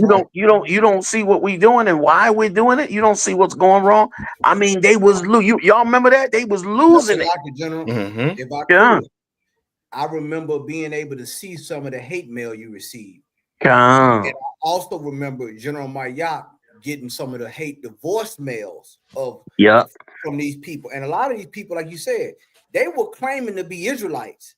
And they thought they were trying to play it safe then. Yes. And now you see them same niggas on YouTube. Now they got something to say to the black woman. You wasn't doing it then. Yes, They and wasn't if on I the could street, Salaki. go ahead, no, go ahead, Con Salak. No, I they want to wasn't let you on the finish. street, sir. They wasn't. No, they weren't. They were trying to chastise you and say you going too hard. But now Yeah. look at them now. Now they trying to go. And if I could, Con, I got to just say this: a lot of these cats were bums, and they still bums. That's right. Straight up and down. They didn't go out on the street. They didn't fight to be. Even a lot of them, even when they was in the old school, they was sitting in the old school doing nothing, and the brothers was patient with them.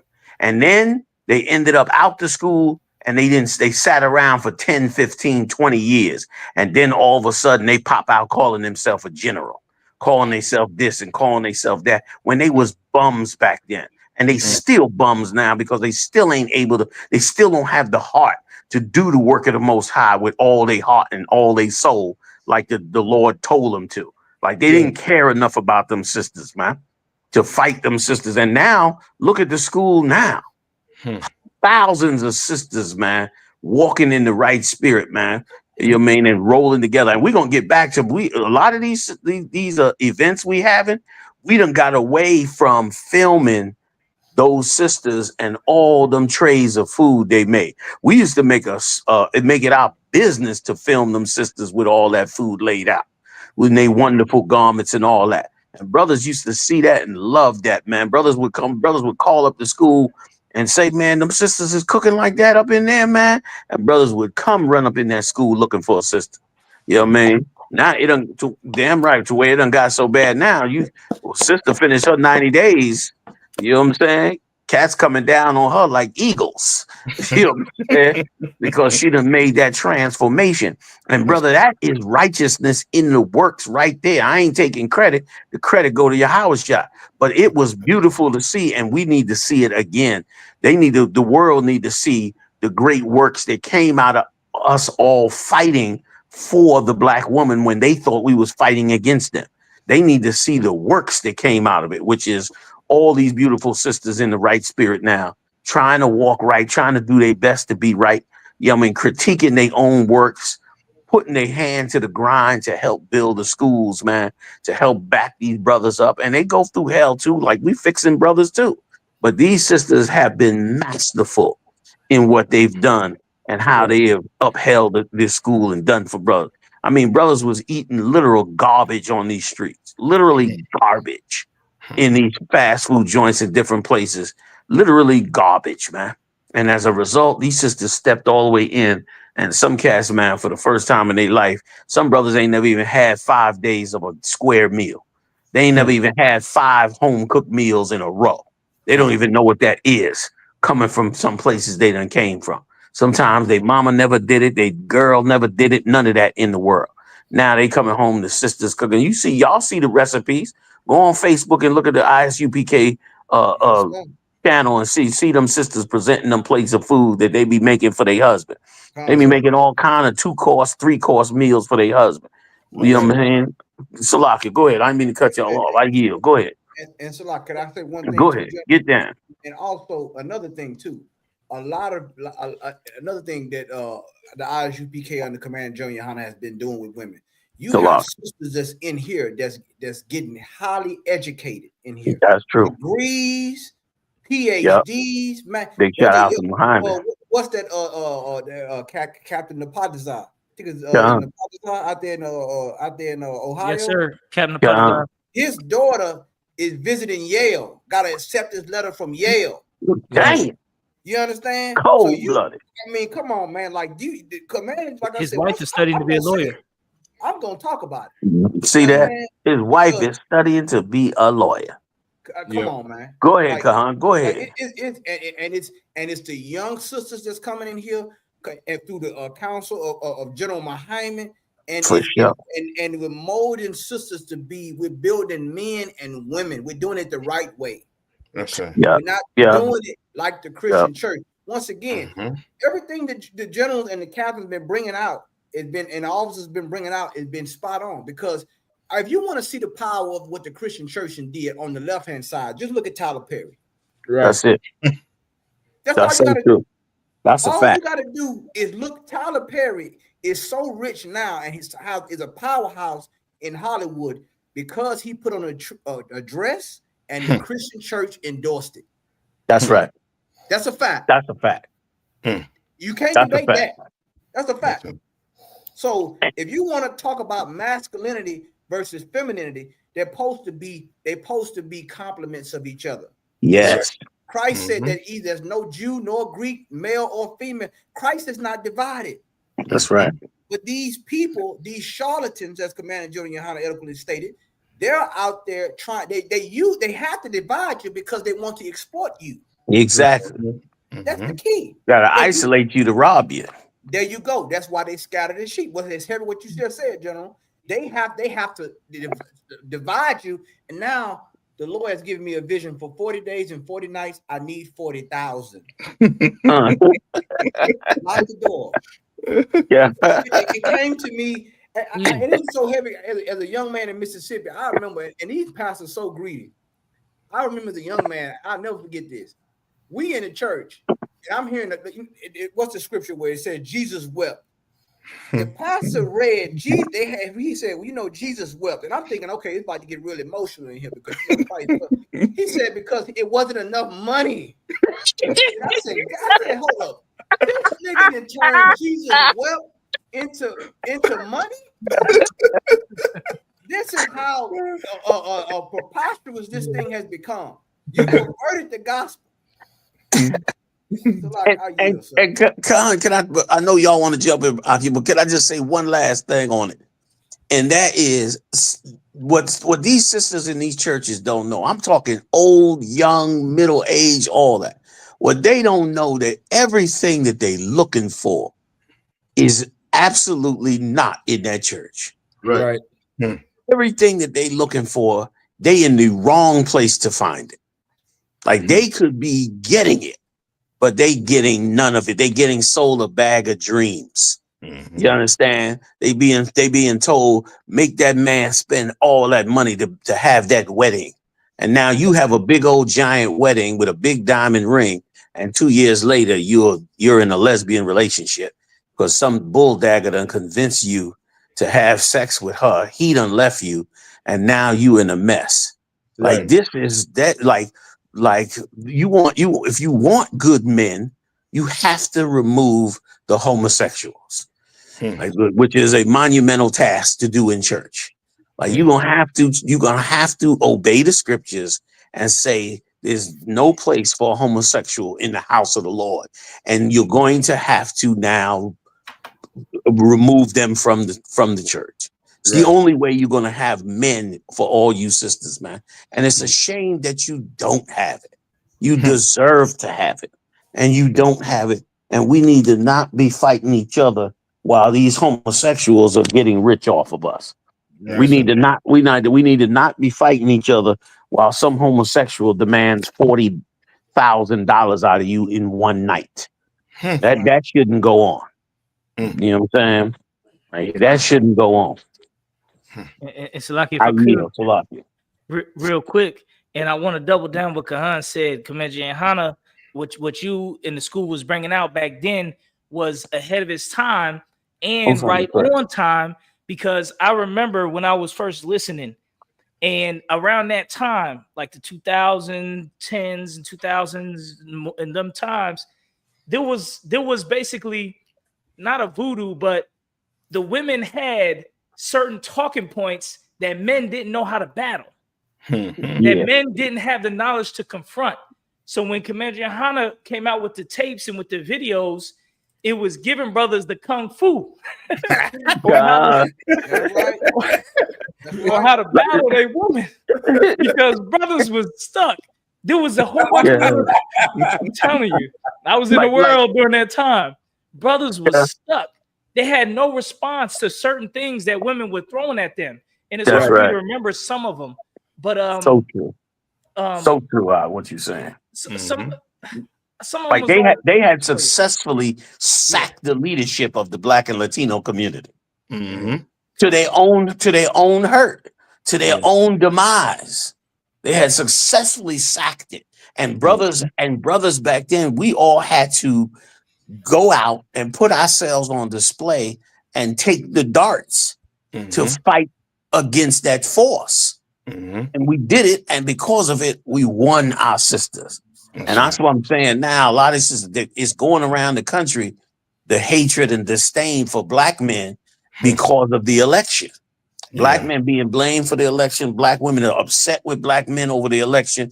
And I'm here to say, sister, don't be fooled by that election. Don't be fooled by that. You know what I mean? Neither party would have done us any good. You know what I mean? And we've had enough dividing between us. We could build something better. We can build something better than anything the Democrats built. We could build something better than anything the Republicans built. We can build something that doesn't mean we have to give up our man or our woman. We could build something that means we don't have to go to the abortion clinic, and we don't have to make homosexuals out of our sons, and we don't have to be divided and in child support court. We could build something better. Like it's up to us. If we decide to build better, we could build better. And when we build better, it's going to be amazing.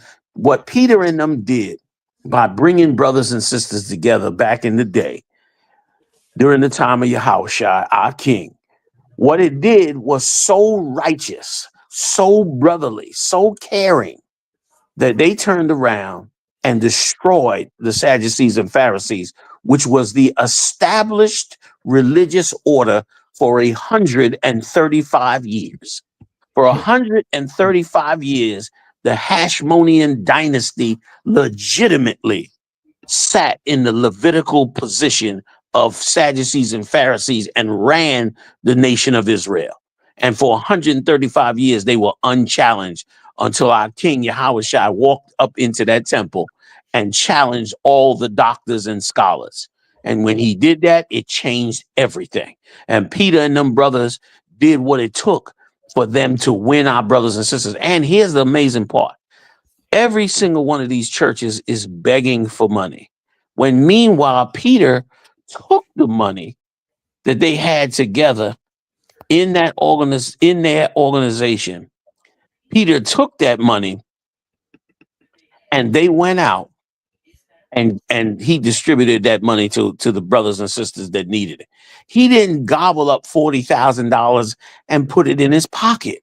Right. He took it. The Lord killed the man who tried to hold back the money. That's a lesson for a lot of you preachers. You holding back the money from helping the people who need it the most, especially now in Donald Trump's economy, in all the topsy-turviness in the economics. Now, but more than ever, not only do they need the financial help, but they also need the wisdom on what to do in these times when it comes to our relationships. Right. When it comes to sexuality, when it comes to all of these things, man, raising our children, keeping our family together, keeping our kids off of the drugs that they've been pouring into our hood for so long.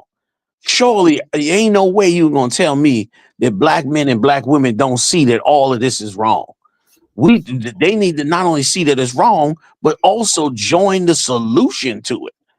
Let's stop using that word. Let's use the word, what is the solution? The question, what is the solution? I can give it to you. Our identity, our laws, our statutes, our commandments, all the real things that Christ came to give us, that your preachers swindled you out of. I yield the water. Right. Right, sir.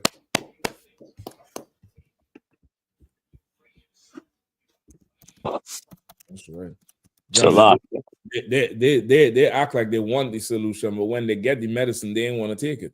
Right, which is what we're going to have to help them with, because our people are so destroyed. Like, we done been played by so many people. Everybody playing us. Preachers playing us, the white man playing us, everybody playing us. Our Latino brothers swore up and down that Donald Trump was going to take the day. Yeah. And the second he got in there, he started erecting Nazi Germany. He ain't waste no time. He been in there 2 months. And already the country is looking like a Nazi country. Yeah. In 6 months, this place will be a total different place on the face of this earth. Like, in no time. You know what I mean? And those of our sisters and brothers who believed in Kamala Harris, it would have been just as bad. Right. If she would have got in office, it would have been just as bad. we would have been sitting there like, yo, I can't believe this. It Yes. would have been just as horrible. Right. You know what I'm saying? So, yeah. No go, man. No way. No way. You know what I'm saying? And so we got to come together. It's like I yield. I ain't mean to keep going on. You got another story, Michelle? That's what I just want to ask you. So if you want to Yeah, grab this, I mean it's 12, but y'all You want to wanna- call it? We did run 2 hours. Did we run 2 hours, right? just about an hour and a half. I don't know if you want to run one more story, sir. I'm with it. It's midnight. What's everybody still in with us? I don't want to come. Fancy. Mm-hmm. As far as the let me just look at the chat room right quick. How y'all feeling out there? Y'all who want to go on? Anybody want to go on? Any takers for another 30 minutes? Yeah. Yeah, I would like Yeah. another 30 minutes. Fancy. All right, let's do it. What you got, Michelle? We got the Poland NATO route in Russia and Ukraine. Now there was, wait a minute, if I could, Michelle, Yes. wasn't there a story? There was a story. Oh man, can y'all bear with me just a hot second? There was a very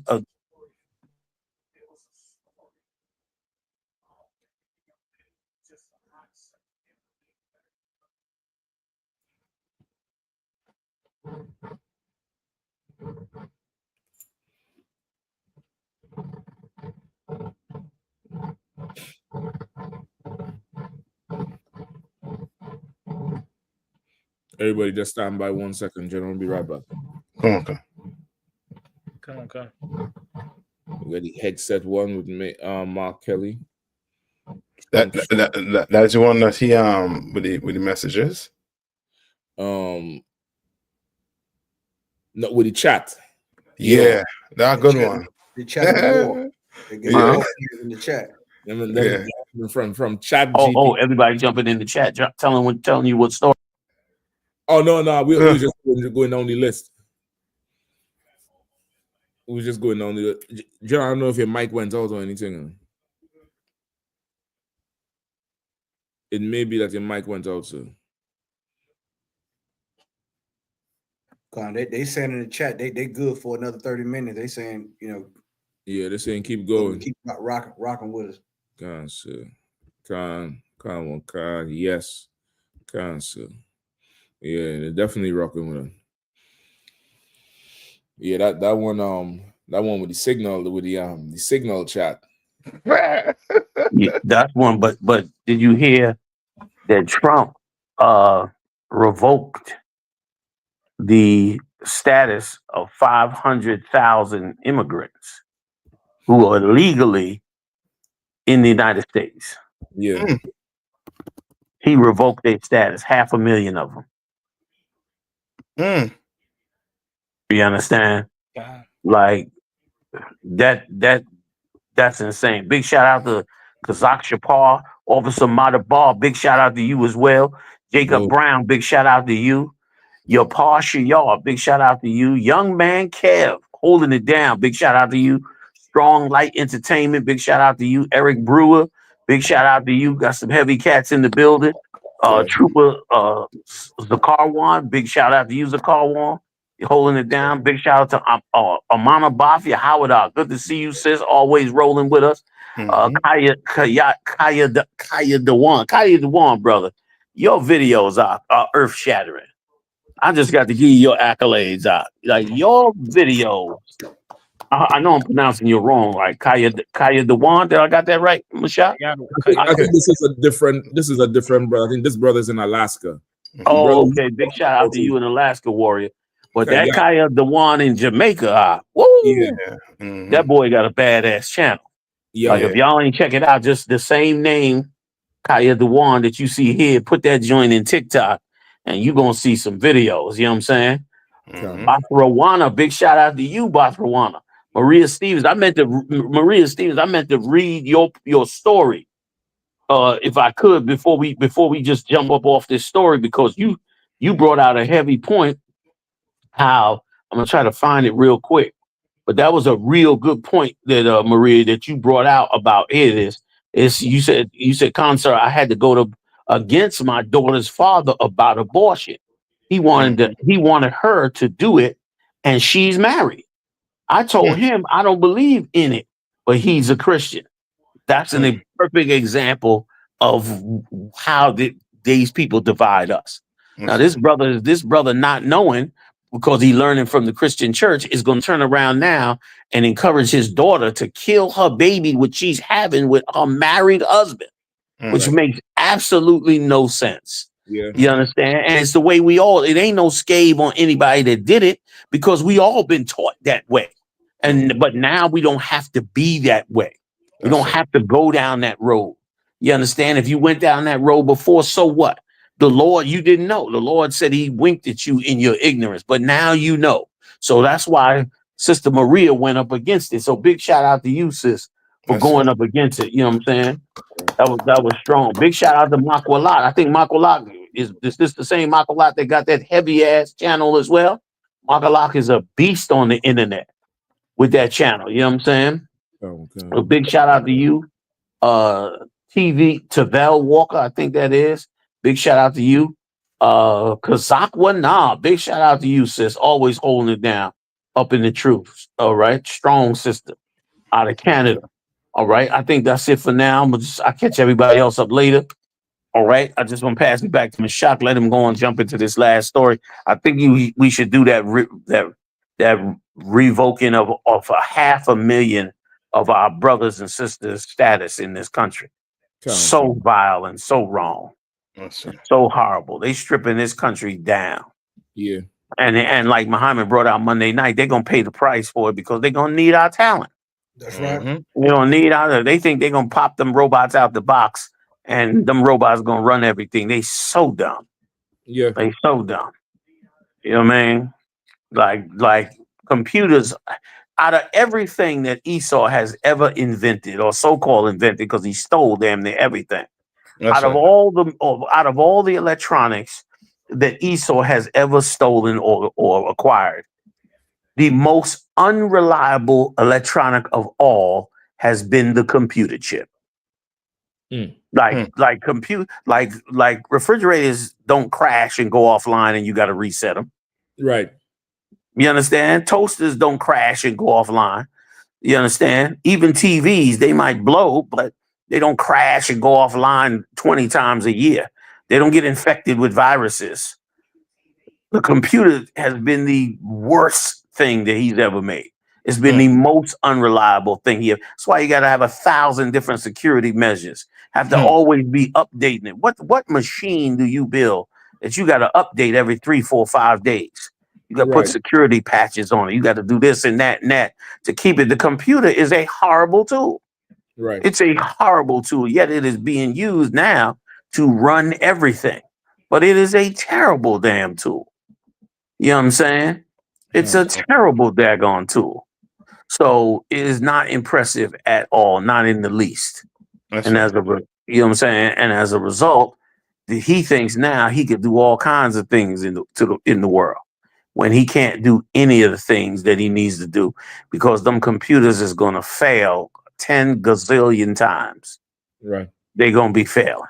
That's it. You know what I'm saying? And I don't know if you want me to get into the story, Slack. I don't want to say nothing. Salakia, get down, warrior. Slakia. Okay. I was just gonna say, and one of the main groups that I heard that they was trying to get rid of was the Haitian brothers and sisters, which is a big mistake. Yeah, that is a big mistake because the Haitians, they're bringing so much ingenuity and strength to America that is unheard of. Like we shout out to Officer Yatazar and Officer Sharatazar and Salaki General Katham Gabar, General Mayak. We were in Haiti and we went to see the Citadel last week. The Citadel is a castle that over 200,000 Haitian brothers built. That's on the highest mountain in the whole northern region of Haiti and Okap. And from that mountain, from that castle, you could see everything. It's full of cannons. It's like an hour up a mountain. Wow. To get to it. and they built it by hand. Wow. You know, not with construction trucks and none of that, but hand and donkeys. Wow. And they built it 100 years ago. It's got its own water collection. It collects its own water. It's got, like I said, it can fit up to 5,000 soldiers if need be. It's 2,000 regularly, but up to 5,000. And they built it to fight against the French. The French never even thought to try to fight against that damn thing. You can see from the top of that thing, you can see the whole route damn near. So as soon as you see them walking up there, you can shoot cannons at it. Up like every couple minutes up the trail, there's like a little outhouse. And we riding up the trail in the little SUV. Wow, that's and as we're driving by it, Haitians pop out. Boom. every time we get a little farther, another group of Haitians pop out from their little outhouse. Boom. I'm like, ain't no way you're gonna bring a squadron up this path. Whatever group you bring up this path is gonna get picked off. By the time you get to the top, you started with 1,000 men, you're gonna get to the top with 10. Because the way it's built is so strategic. It's like unbelievable that somebody would build this something so strategic. And this is before there's cars. So this is all on foot type of action. There's no way nobody was going to take that down on foot. Look at that. The last 45 minutes, or it's 15 minutes on horse. We went up on the last 15 minutes on horse, and you'll be exhausted by the time you get to the top. Wow. You know what I mean? Wow. And it's just, y'all filmed all of this? Yes, we did. We got over 400 pictures and videos, and all of it's getting put on ISBK 80 on YouTube. Oh, correct. So there's already some footage tapes of it. That trail. That trail goes down for 45 minutes. It goes down. Right there is like 5 minutes of the trail. So them same brothers and sisters over here in America, they doing all type of business. They're doing all type of business. Like, we connected with the Haitian community here in Indianapolis. We got a trooper who's a Haitian from Haiti. He's about to be a trooper. We get his name next week. Shout out to Jean. He's going to be a trooper. But we was going to do a business with him, but he said the Haitians is all about to leave. He said because there's so much uncertainty, and then they got to the March 25th, April 25th for the TPS program. That he said the Haitians is all about to leave. He said we was going to do a little of get them a van and have them take Haitians to work because there's so many of them and they working, all of them working. Wow. He said it ain't gonna work no more because they all going back. So this country, like you said, this country gonna feel it because those Haitians, they all work. None of them come here and sit around and complain like the oppressor and beg and none of it. They all work. So that's 500,000 job vacancies that they talking about. That's crazy. Why in Florida they supposedly supposed to be trying to make a law where 16-year-olds can work overnight shifts and work full-time hours. So, like, they already catching them in there. They catching them. They caught one 14-year-old back there with some fries. They already doing it. They doing it before the law. Do we have the story? Let's read the story. Just to see what they're saying about it. If we have it. Yep, I got it right here, sir. Trump revokes legal status for 530,000 Cubans, Haitians, Nicaraguans, and Venezuelans. This March 21st to the slug, U.S. President Donald Trump's administration will revoke the temporary legal status of 530,000 Cubans, Haitians, Nicaraguans, and Venezuelans in the United States, according to a Federal Register notice on Friday, the latest expansion of his crackdown on immigration. The move, effective April 24th, cuts short a 2-year parole granted to the migrants under former President Joe Biden that allowed them to enter the country by air if they had U.S. sponsors. Trump, a Republican, took steps to ramp up immigration enforcement after taking office, including a push to deport record numbers of migrants in the U.S. illegally. He has argued that the legal entry parole programs launched under his Democratic predecessor overstepped the boundaries of federal law and called for their termination in a January 20th executive order. Trump said on March 6th that he would decide very soon whether to strip the parole status from some 240,000 Ukrainians who fled to the U.S. during the conflict with Russia. Trump's remarks came in response to a Reuters report that said his administration planned to revoke the status for Ukrainians as soon as April.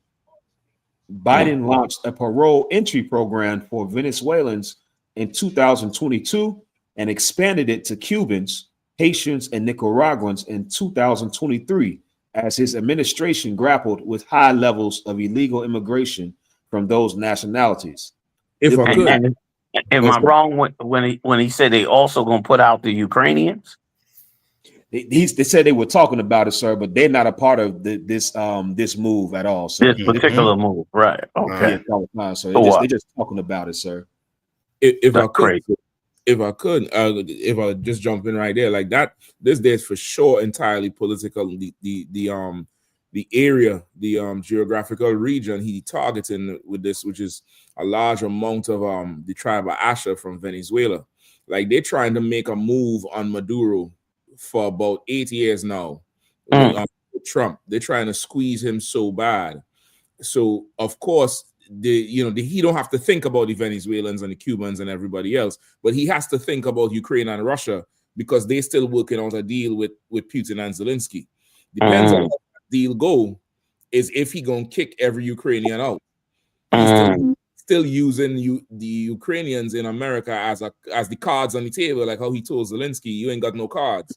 Then right, playing cards he using on the table, but the Asherites, he is using them to try to eventually invade Venezuela to try to get that oil over there and get hold of all the gas finds they have, because now they're saying the Venezuelans that they did get to deport have some sort of connection to the Tren de la Agua, which is some gang. I ain't never heard about that gang before. They just invent some gang that they say is a threat to national security, and they want to invoke all these wartime procedures. They say even this thing he doing here is something they would normally do when a country is at war with another country. Yeah.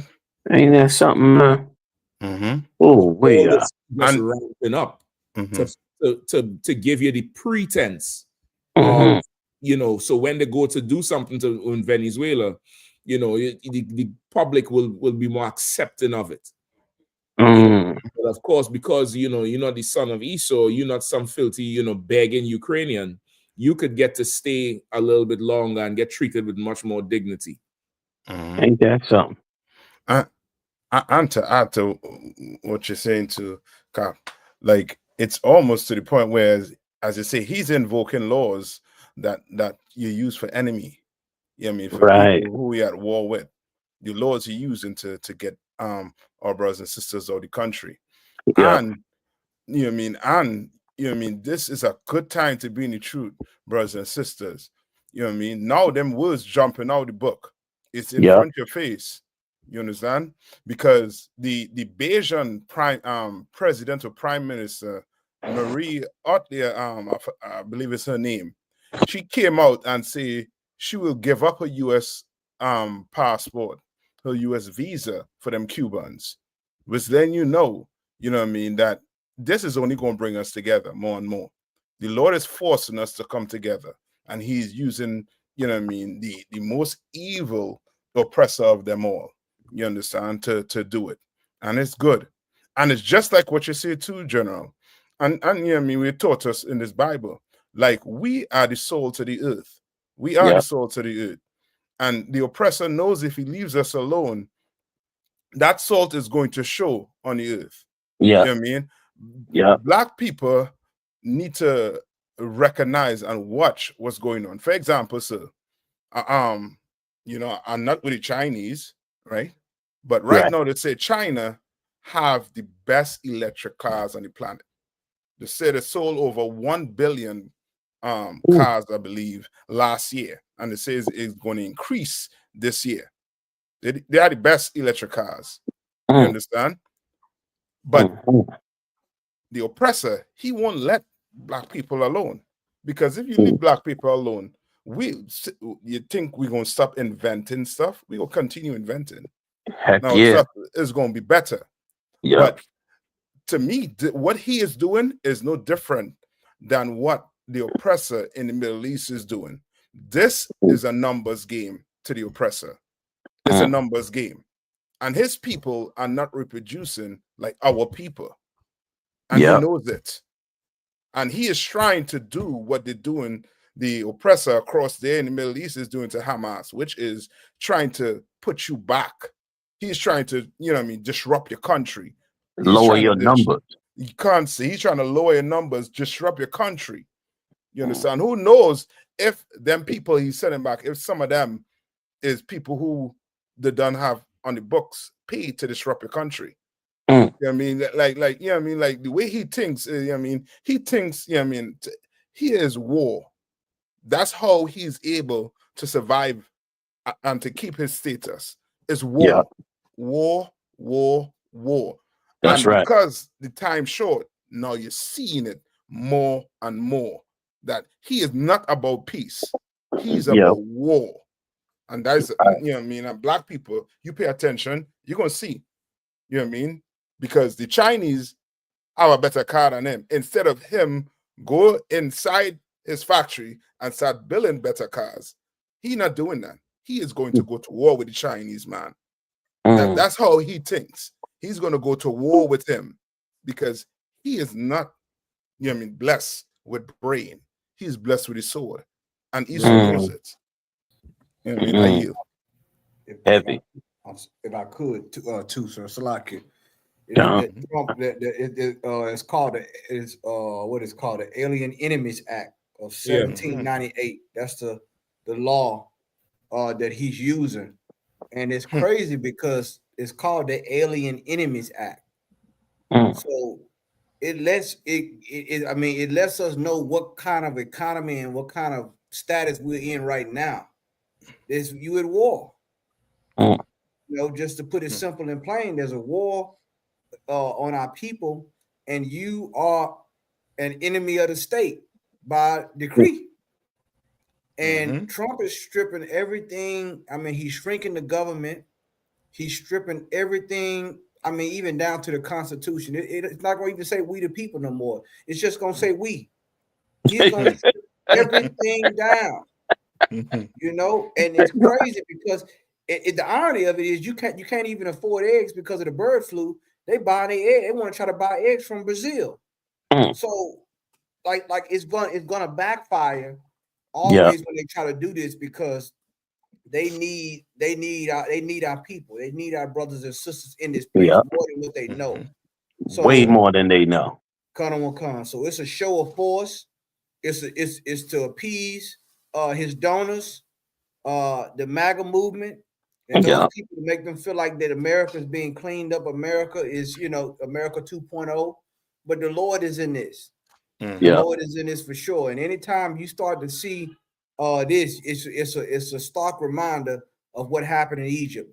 And speaking of Egypt, we got the Passover coming up. You know what I'm saying?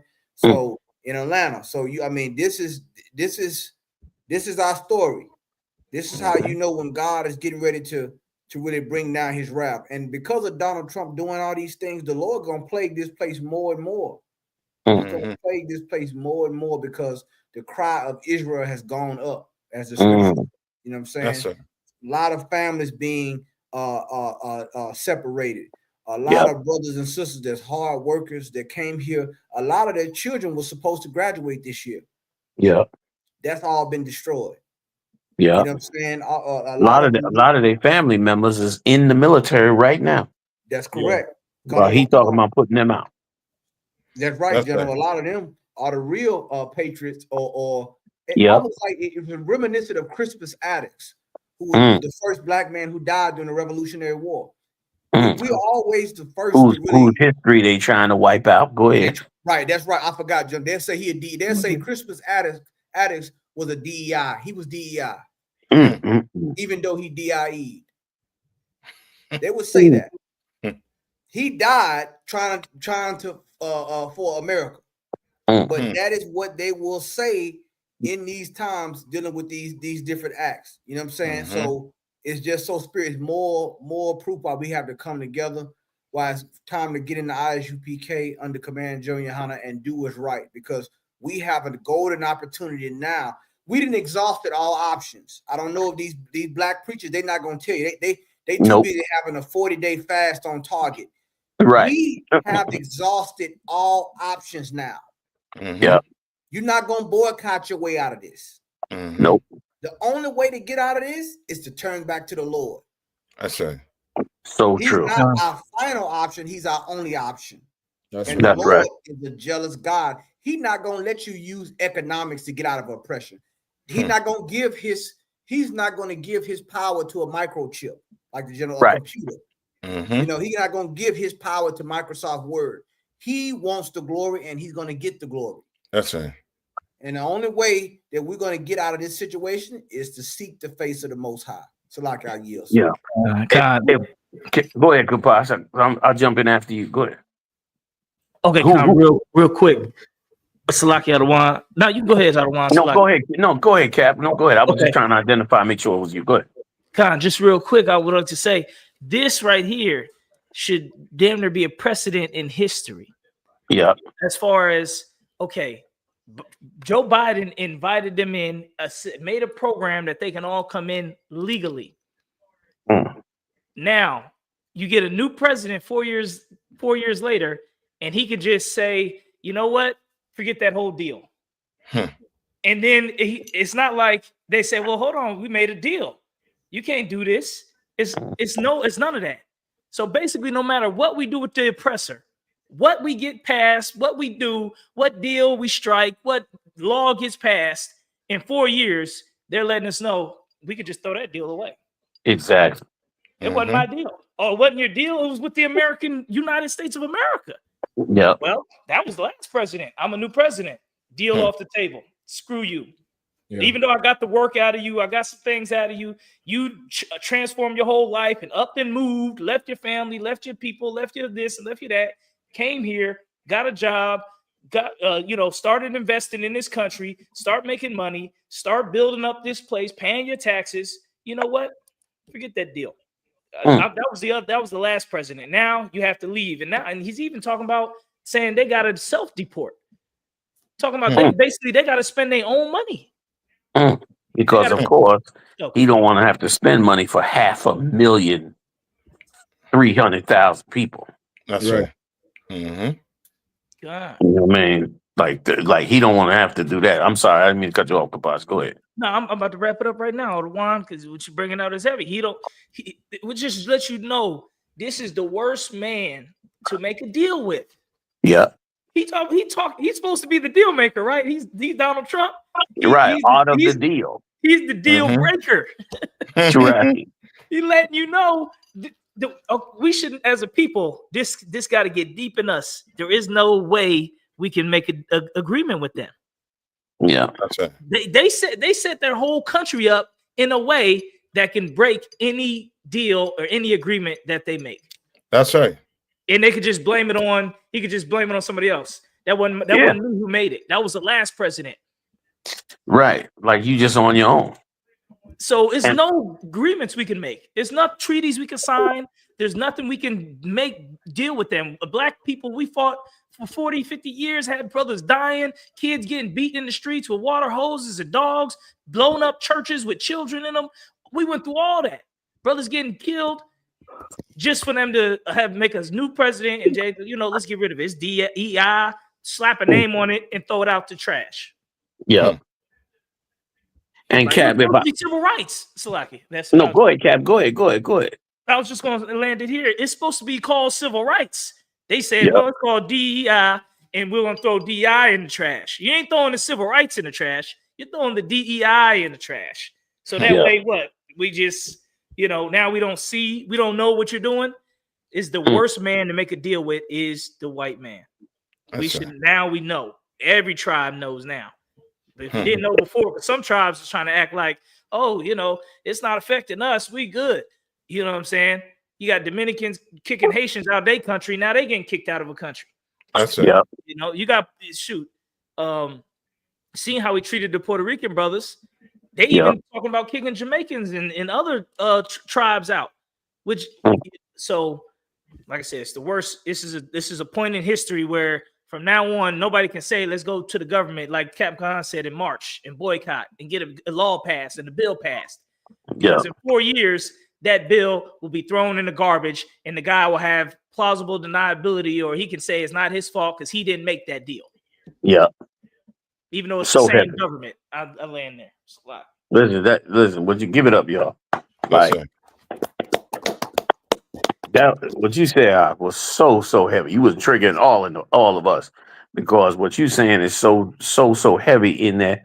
Like you said, that means he just can break any deal, which means, and this is what I wonder. I wonder if blacks and Latinos and Native Indians will have the strength to come back now and say, you know what, ISUPK, you know what, y'all were right. Y'all were right. You know, we worked for 60 years from the days of Martin Luther King. We didn't understand the way y'all was coming down on us, but now we understand that you really cared for us and didn't want us to expend all of our hope into a people that was just going to cut our throat the first minute this thing went the way it went. I wonder if black people and Latino people, Native Indian people going to come back to us and say, we now understand what you all were saying when you said that we are not to mix with these people, that we got to help ourselves. We now understand how right you was. You know what I'm saying? Now that, like you brought out so eloquently, Kapash, now that all that you did in the 60s is gone, thrown out, all the history from the 1800s of how many brothers fought for this country in every single war that is out there. And they are not only wiping out their names and records from the military and the websites, but also removing their names from the headstones in Arlington Cemetery. If that story is true, it is horrific. Like everything, I mean, literally everything that we worked for as a people. This cat is just totally decimating it. And now that we work so hard, I wonder, will our brothers and sisters look at us, look at the ISUPK, look at Commander General Yahanna, look at all his top people and all these brothers that you see here tonight, and look at everything that we do and now say, dang, we realize that you were actually doing what God said before all of this was going to take place. I wonder, man. But that's what should be said. Like we done went through all of this, and now look at this man. Everything is gone. Everything, every name, every soldier, every piece of history, every book, everything gone. White, like in a year, this will be a fully white nation. And even the education, the media, the stories, everything will be pro-white. It'll be like black people don't exist. Like he's doing exactly what he need to do to make us invisible to get rid of us. Like you make us invisible, then it's no problem getting rid of us. Right. You know what I mean? Just the same way they used to kill us before the video camera. Right. Once the video camera came, it became all difficult. Riots, marches, Freddie Gray, the other cat, all this came out. So now, take away every ounce of ability for them to be seen, and then you can go slaughter them, and nobody will never know.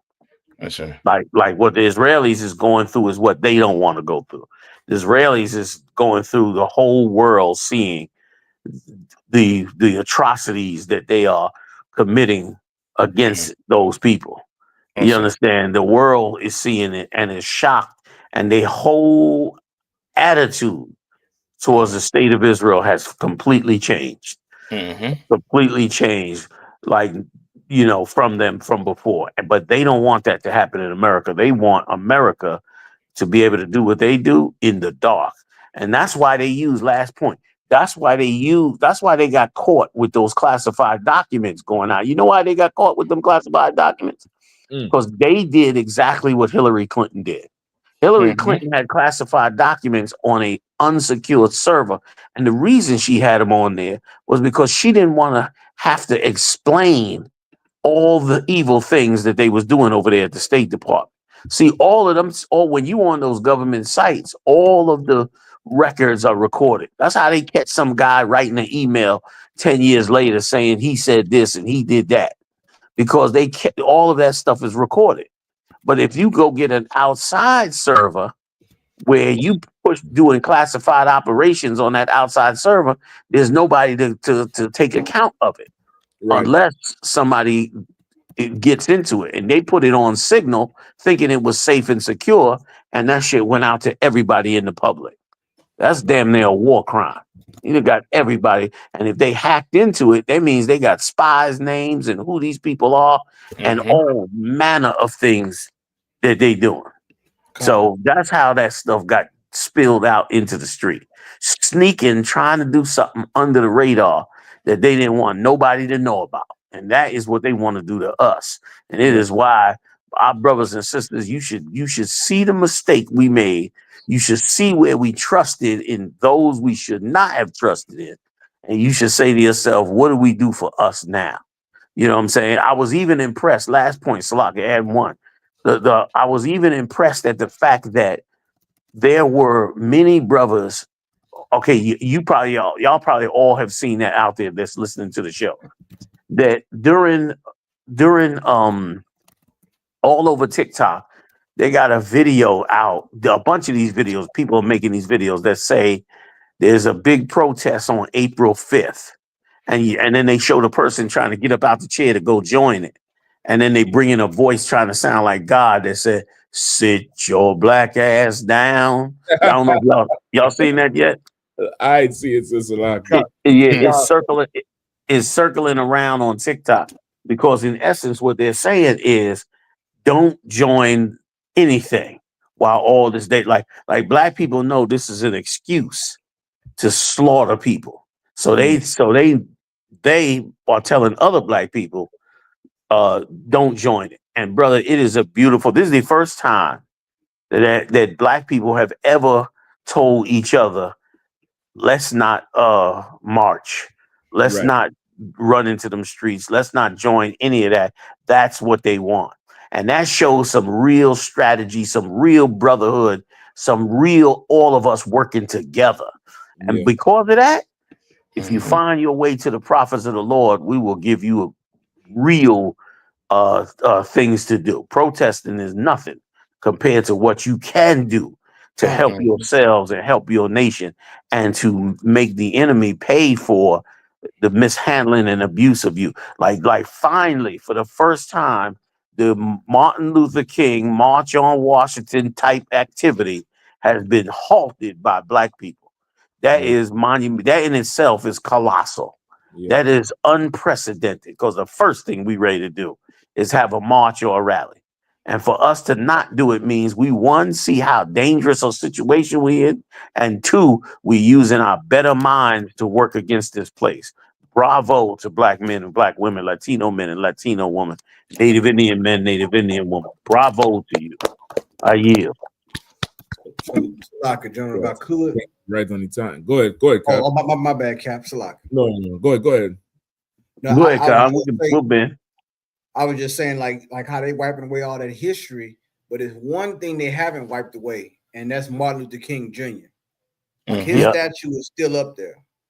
You know what I'm saying? They still have his statue up there.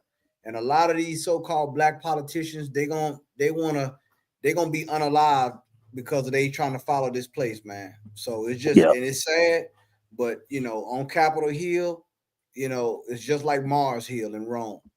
It's just the same thing. We extension of the Greco-Roman Empire, and it's so serious what time we in, man. So we thank God for the records that the men of the Lord kept these records for us.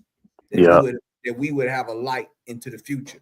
That's so true. Everything we depended on them to keep our records. If we're depending on them, they gonna, they wiping everything. They taking everything but the kitchen sink. And they doing that. So like you right. That's what they did in Egypt. That's why we don't have the records of our slavery. Because they took those records too, and you're right, they take these records and wipe out our history on it, and we would have never known. Like, had they known this Bible was a black Bible, they would have never let this Bible come into this country. So So it just that's all I had to say, gentlemen. Like I said, everything that the UPK been saying, we spot on. It's just like, you know, y'all got to catch up. Y'all saying that we was outdated and the Bible is this.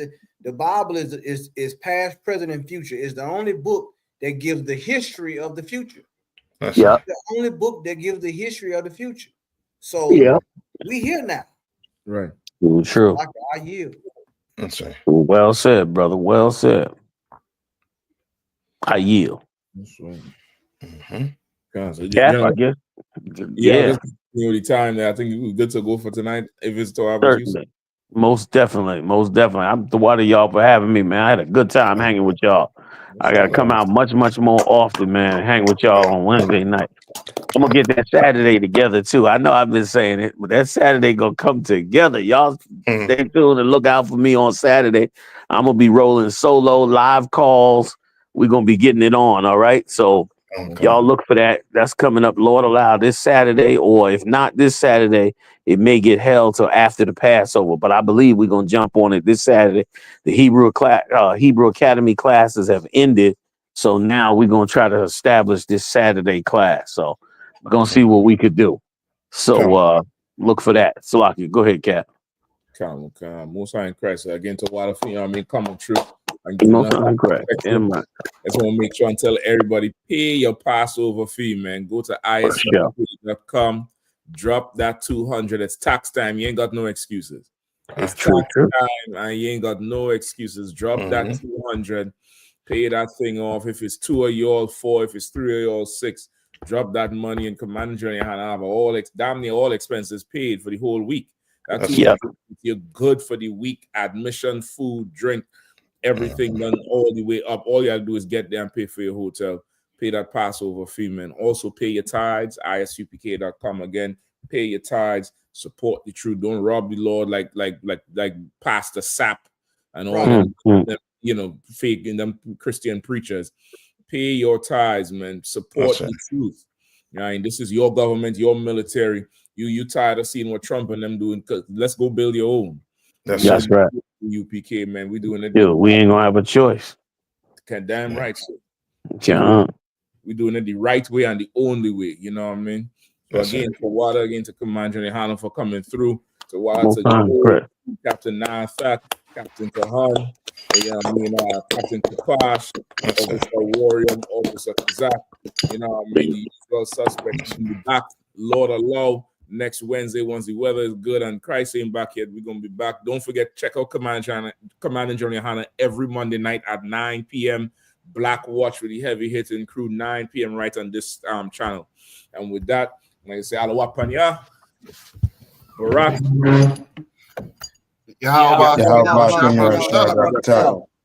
Yabashima Shabrakathum, Tawarakim. Sure.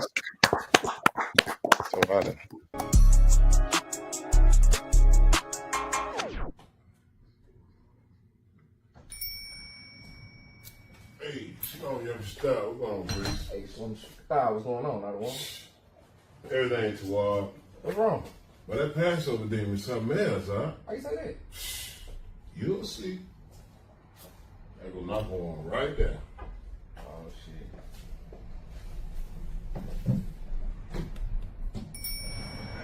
Hey, Shalom, stop. Hey, Shalom, stop. What's going on? I don't want. Y'all paid y'all Passover fee? Nah, I pay mine in a couple weeks. Probably about 2-3 weeks. I paid half of it, man. Half of it? Con. 2-3 weeks, huh? Ouch! I know you ain't trying to teach class and you ain't pay your Passover fee. I can't teach class out of one? That's on you. Lord be with y'all. Lord be with you. Let's get it. All right. Ooh-wee. Lil Joe don't do nothing. All right. You know what? I'm tired of betting these dollars. Nigga bet 10. Nigga bet. Nigga bet. Nigga bet. Nigga bet 20. Nigga bet. Yeah, watch. It's gonna hit. Oh, y'all niggas ain't not shooting dice. Y'all ain't pay y'all passover fee. Come, sir. I'll be with y'all. Come. That's on you. Lord be with you. Get your money up. Ooh, I got them new J's for the all black party. Hey, come check them out. Watch it. Look. Oh, shit. I know you ain't about to bring new J's and you ain't pay your Passover fee. Come, sir. That's on you, Op. Lord be with you. Come. Lord be with you. Damn. Oh, man. Man, this Passover demon been crazy this year, man. Come, sir. Bruh, Osanaka one been everywhere. Man, the nigga was in my house. Wow. Hey, let's just go on and pay this Passover fee right now. Come, I'm about to pay mine now. Yeah, me too. I know y'all ain't about to pay the Passover fee and y'all ain't pay the Passover fee. What y'all waiting on now?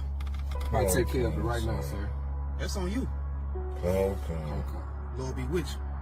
I don't want to come, sir. Lord be with you.